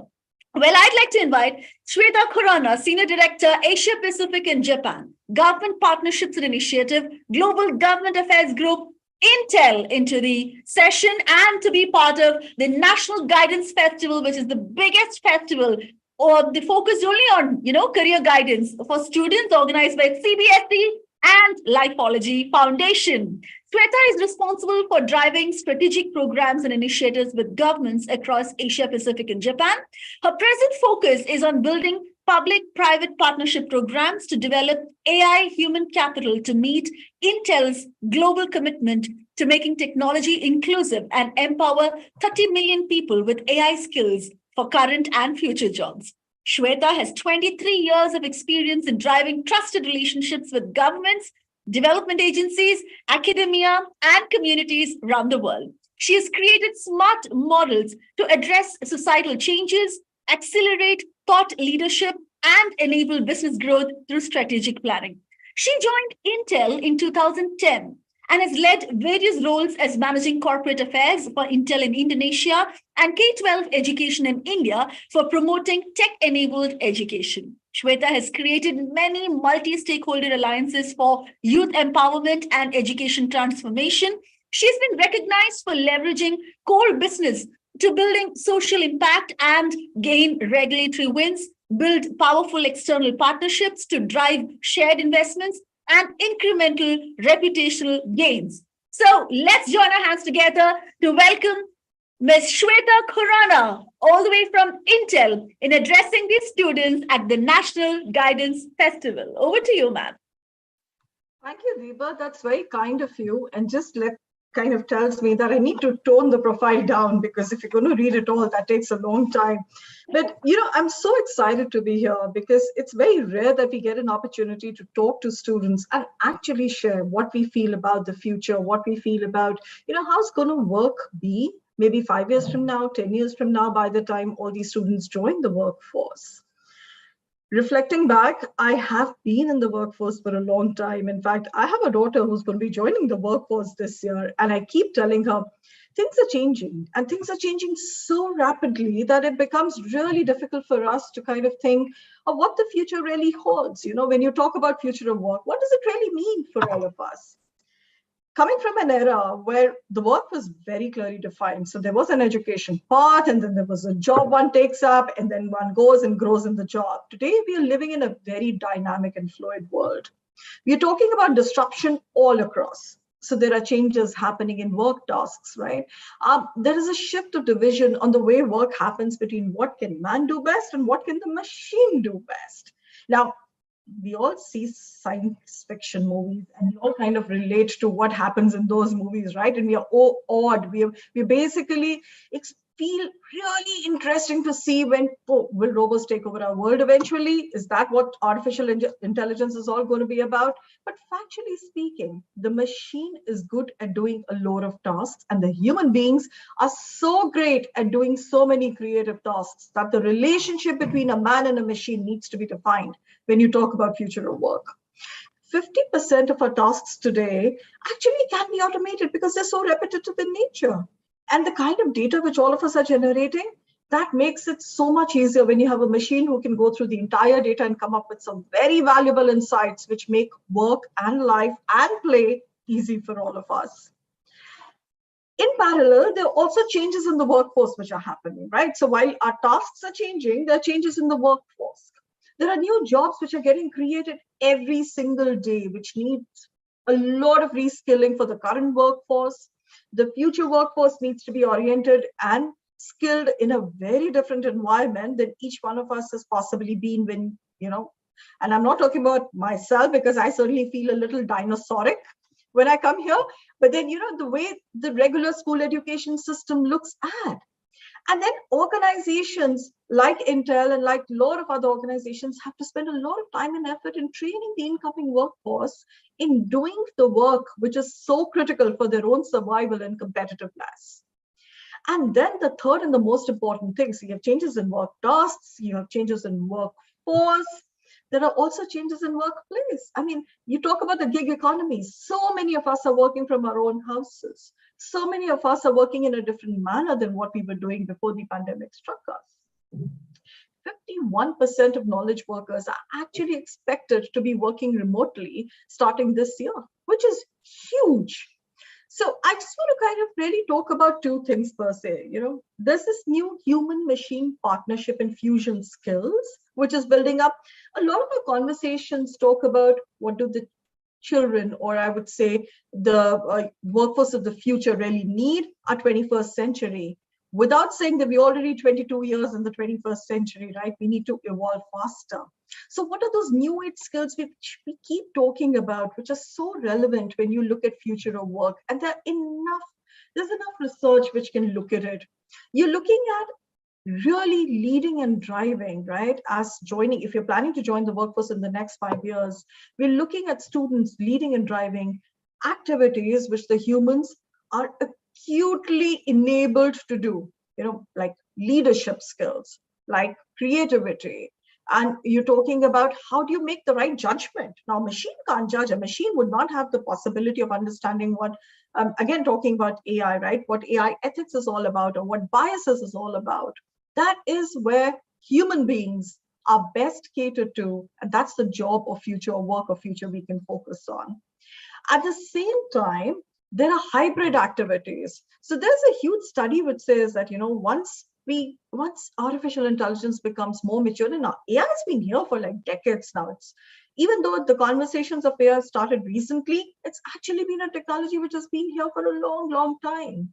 So there are a lot of conversations which happen that, you know, what are the hybrid activities between human beings and machine-only activities, where AI can eventually give human beings superpowers to analyze, superpowers to explain, superpowers to amplify, superpowers to interact with each other, and create that holistic meaning of any task which a person is supposed to deliver on.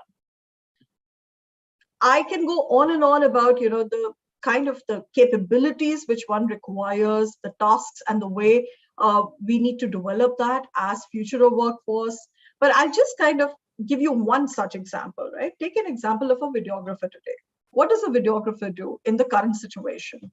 So a videographer would manually control camera settings, adjust to the changing environments, and try and get us the best picture possible. And I know students are so creative. I mean, with their handphones, the kind of pictures which I've seen coming out from a student taking and conceptualizing an entire video shoot vis-a-vis a professional, there is such a nice angle to that. But what does it really mean for the future? The same skill of a videographer then converts where they work with an AI-powered device, and I'm talking about a connected world, which we're already moving into.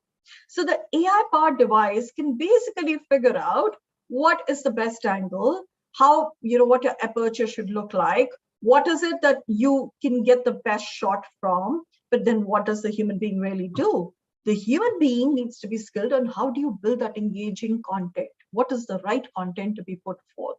How do you engage with the audience? So the camera settings are looked at by the machine, but the content is looked at by the human being, and that's where you get fantastic results. So that's just a glimpse on what the future of work looks like.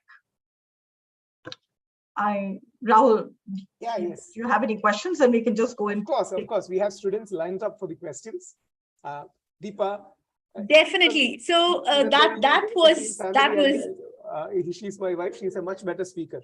So you know, everyone in the office keeps on saying when she is there, always give her the charge. So Deepa, your question. No. He's just saying that to maintain peace at home. But that's always good to do. Yeah, just praise your wife. Okay. All right. So let's move on. Yeah. So we do have questions coming in. May I request to be, so they're just waiting in attendees. We're just promoting them into panelists. But before that, let me take a question from somebody who has, who's asked from among the audience. So there are a lot of questions coming in. So one of them is basically, how confident are we about having enough opportunities in future when AI is developing at a tremendous speed? So, there are questions as to, there are a lot of talks that, where relationships are involved, where emotions are involved, AI cannot do much about it and humans really need to step in. But are we confident that that will still be the case? I think that's what the question is all about. Okay, that's a very interesting question. I'm going to share an example which I've seen young girls from class 10th in a school in Delhi, and that's a government-aided school, actually come and work with AI. So they learned the AI skills and they were trying to figure out, how do I really apply these skills to my life? And that's where human emotions come in. So these young girls, we realized, were in class 10th. Now, there was a lot of peer pressure. There was a lot of parental pressure because it is a class where you have a board examination and they are first generation learners, many of them. And they realized that their peers, their own peers, find it more comfortable to share their emotions with machines and talk to the machines about, what they're really facing, the psychoanalysis at that point in time, and discuss issues related to depression than possibly even to their own human counselor. So they created this entire algorithm, which today is being rolled out in 5 to 7 schools in and around the vicinity. They first built their data set. They went to a lot of psychoanalysts. They really got to the grassroots of the problem. Why is it that depression is acutely high in class 10th children at this point in time? They analyzed, they came up with their own set of questions, which would allow people to really be, very open with them in what are the challenges. And then they built their algorithm. So what the algorithm did was, there were cameras available in the classroom. So they analyzed the facial expressions. They used computer vision to really figure out which are the children which are not that forthcoming. Then they kind of asked them to go through a set of questions, which was delivered through a chatbot. So what they did is, because they'd learned a skill called natural language processing, they could create their own chatbot. And once the children really went through that chatbot and answered a couple of questions, the algorithm at the back end could really flag off the children which were tending to have an onset of depression at a very, very early time and period. So the detection happened, and then accordingly there was something which was flagged off. A whole signal was flagged off to the principal, the computer teacher, and the school counselor, so that these children could be counseled well in time. Coming back to this acute problem of, there's this whole idea: how do you really build new age algorithms which are human centric, which really are responsible enough to understand the frailties of human beings and then deliver the best results possible? And from a skill standpoint, or in fact, let me talk about from a future of work or job standpoint. There are jobs today where we look at an explainability strategist. That was a job we'd not heard of a year ago. Or the job of an algorithm forensic analyst. Again, these are unheard of jobs, right? They're not very common, but then that's where hiring is happening. These are the future of jobs where it's the rise of those new job categories with artificial intelligence, which requires a fusion of skills, which is not just technical. So everybody does not have to be a coder, but for a person to fulfill this job requirement has to have enough knowledge in maybe psychology, sociology, understand how communities work, have a whole idea about humanity, understand ethics, understand biases. I hope that answers the question. Absolutely. I mean, I think that was a question that kept repeatedly coming up. So thank you so much. And now we have the student panelists here. And I'd like to first welcome both of them, Tanisha and Santino. Thank you so much for your questions and for sharing this space. And I'm sure it's an opportunity that they've been really looking forward to. So let's first go on to Tanisha. Tanisha, go ahead, introduce yourself and ask Ms. Khurana your questions. Yes, I don't know. Am I visible? Not, yeah, right now you are, yes. Okay, thank you. So good evening, ma'am. I'm Tanisha Shri, studying in class 10 in Delhi Public School, Bangalore South. My question for you today is, the workplace is going through a massive change. And as we listen from studies and media around us, such changes will be more dynamic and more faster in the future. And when we children grow up and when we reach the workplace, so then how can we adapt with this? So how can you please comment based on how you can handle how you handle the workplace now? how I handle, okay, Tanisha, first of all, it's lovely to meet with you, right? Now, let me talk about how I handle the workplace now, or what the workplace, the changes which are going through. So I think the work is becoming an integral part of our life. So it's no longer are we looking at, again, I'm talking about the post-pandemic strata, right? No longer are we looking at going to an office at 9 a.m. in the morning and coming home at 6 a.m. And personally speaking, because I look after Asia Pacific and Japan, I work with a lot of teams who would, the sun rises in Japan, so they start very early. And then I have my manager who sits in the United States, so that kind of moves in later in the night. So it's becoming very dynamic, is what, that's the right word which you said. And for that, what you really need to do is become far more adaptable. You need to figure out what your own work-life balance looks like. You need to figure out what are the skills which you need to learn.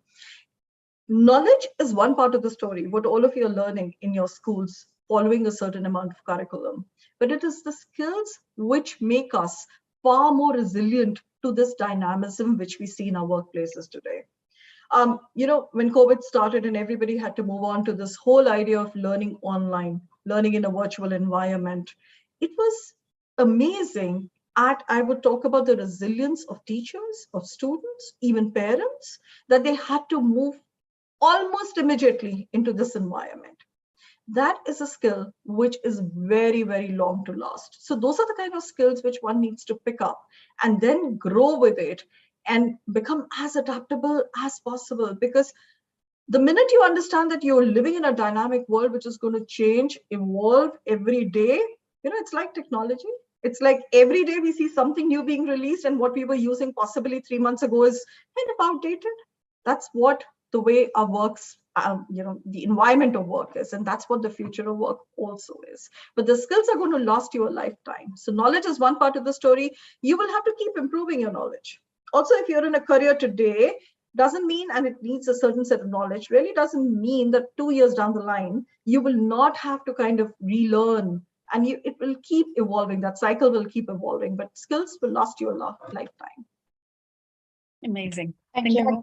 Thank you so much, Tanisha. I think that differentiation was very much required, like what is knowledge and how important is skills and how long skills will really stay with us. Thank you so much. So Tanisha, that's your question. I hope that was answered.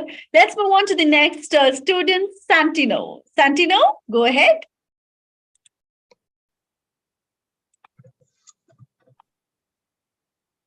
Santino, you're on mute.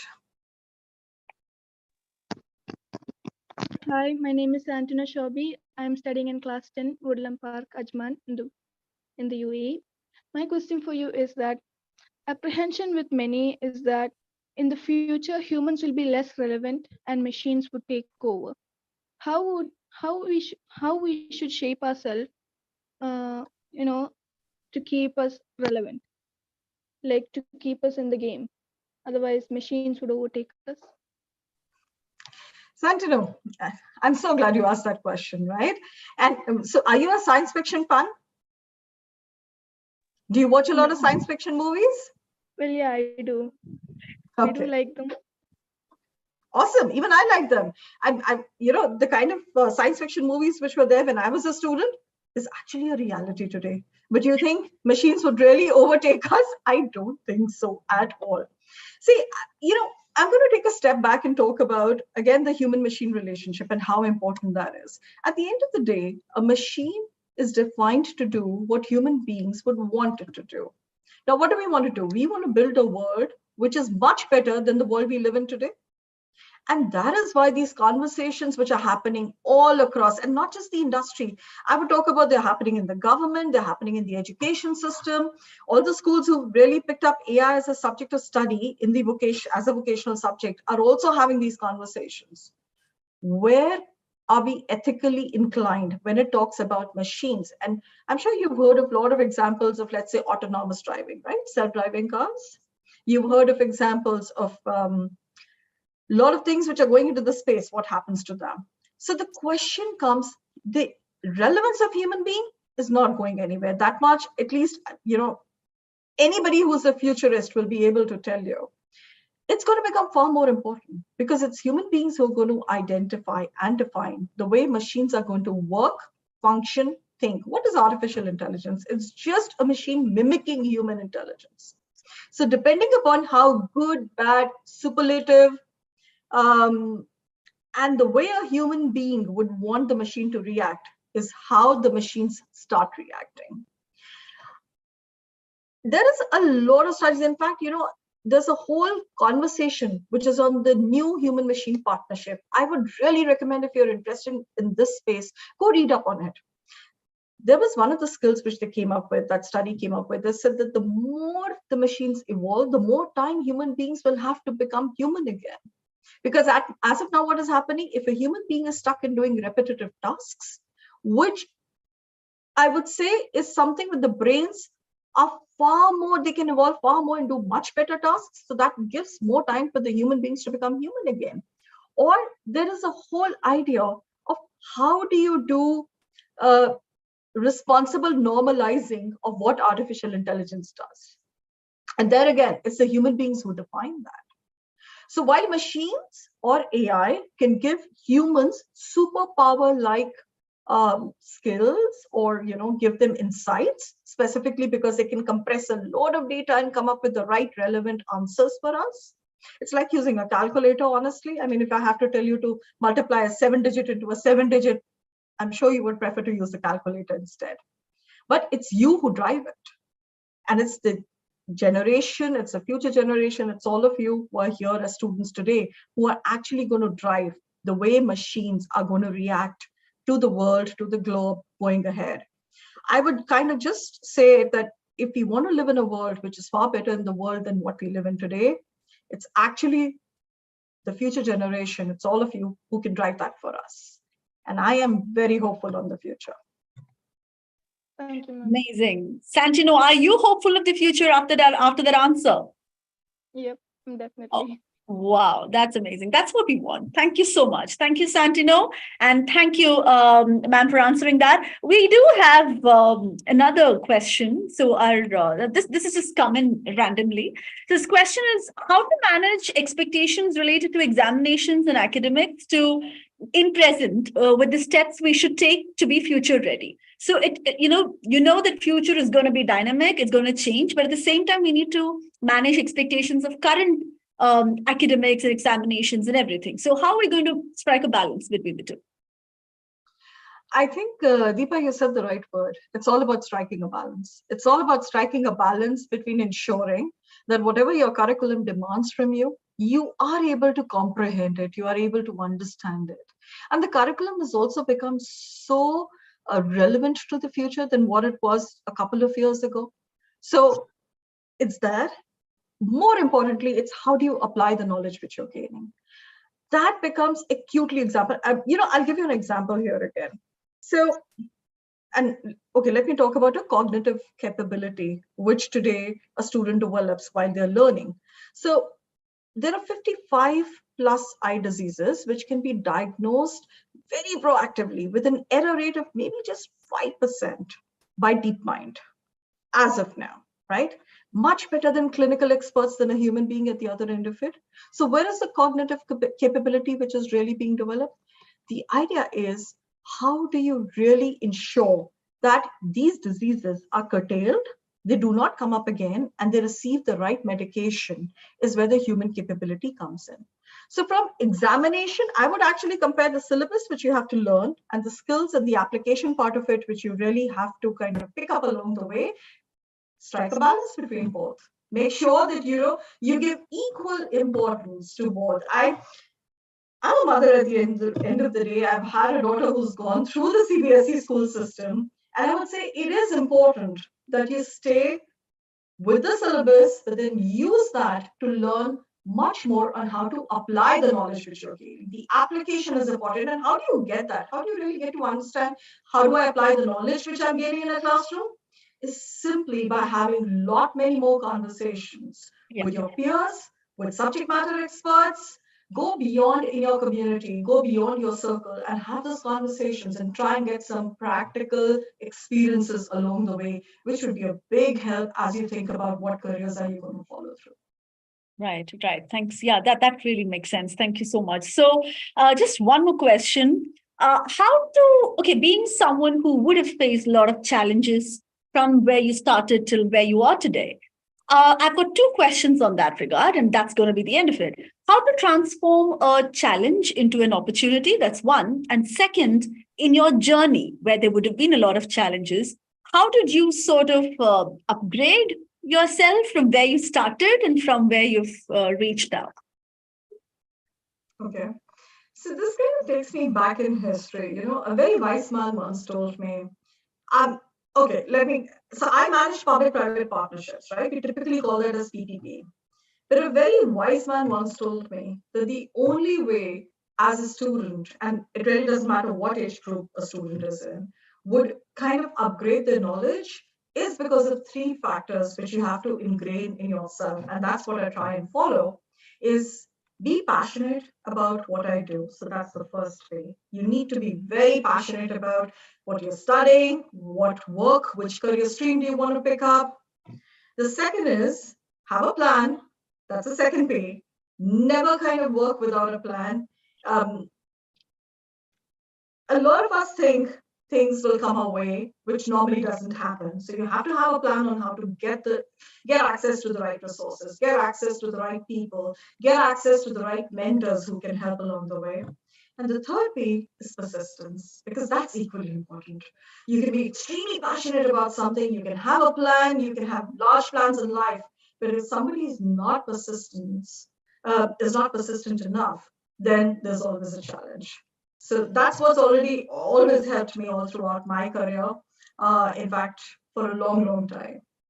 And that probably would have helped you transform challenges into opportunities as well. Would you want to just share any life example that you've had where you had to transform a challenge into an opportunity? So a very recent example of what happened, and that happened during COVID, right?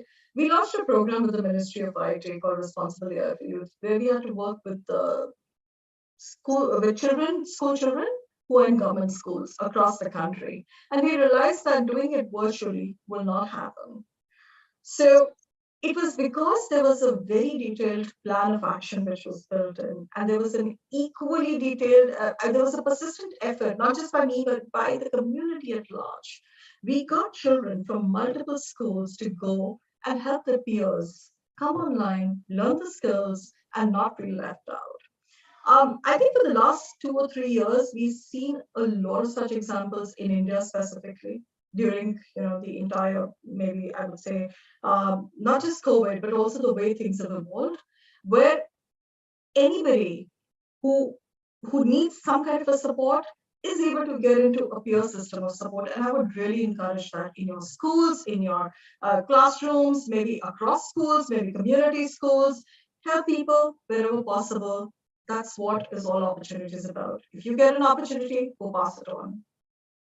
Amazing, amazing. Thank you so much. Well, that reminds me of an interesting quote that I read. You always say opportunities knock at your door, but then if it doesn't knock, then you create a door for it to knock. So that's basically about.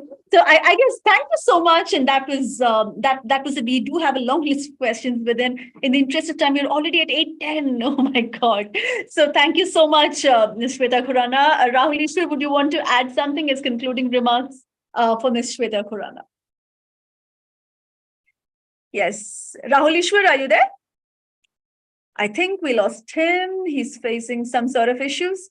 Well, thank you so much, Shweta Khurana. That was amazing. And on behalf of CBSE and on behalf of Lifeology Foundation and the lakhs of students who are watching us from different platforms, and on behalf of all the schools, principals, parents who've been watching us, I'd like to thank you from the bottom of my heart for joining us and addressing our students, because things that you said, the points that you took up will definitely stay on for long. So thank you so much for accepting our invite and being part of this event. Thank you so much.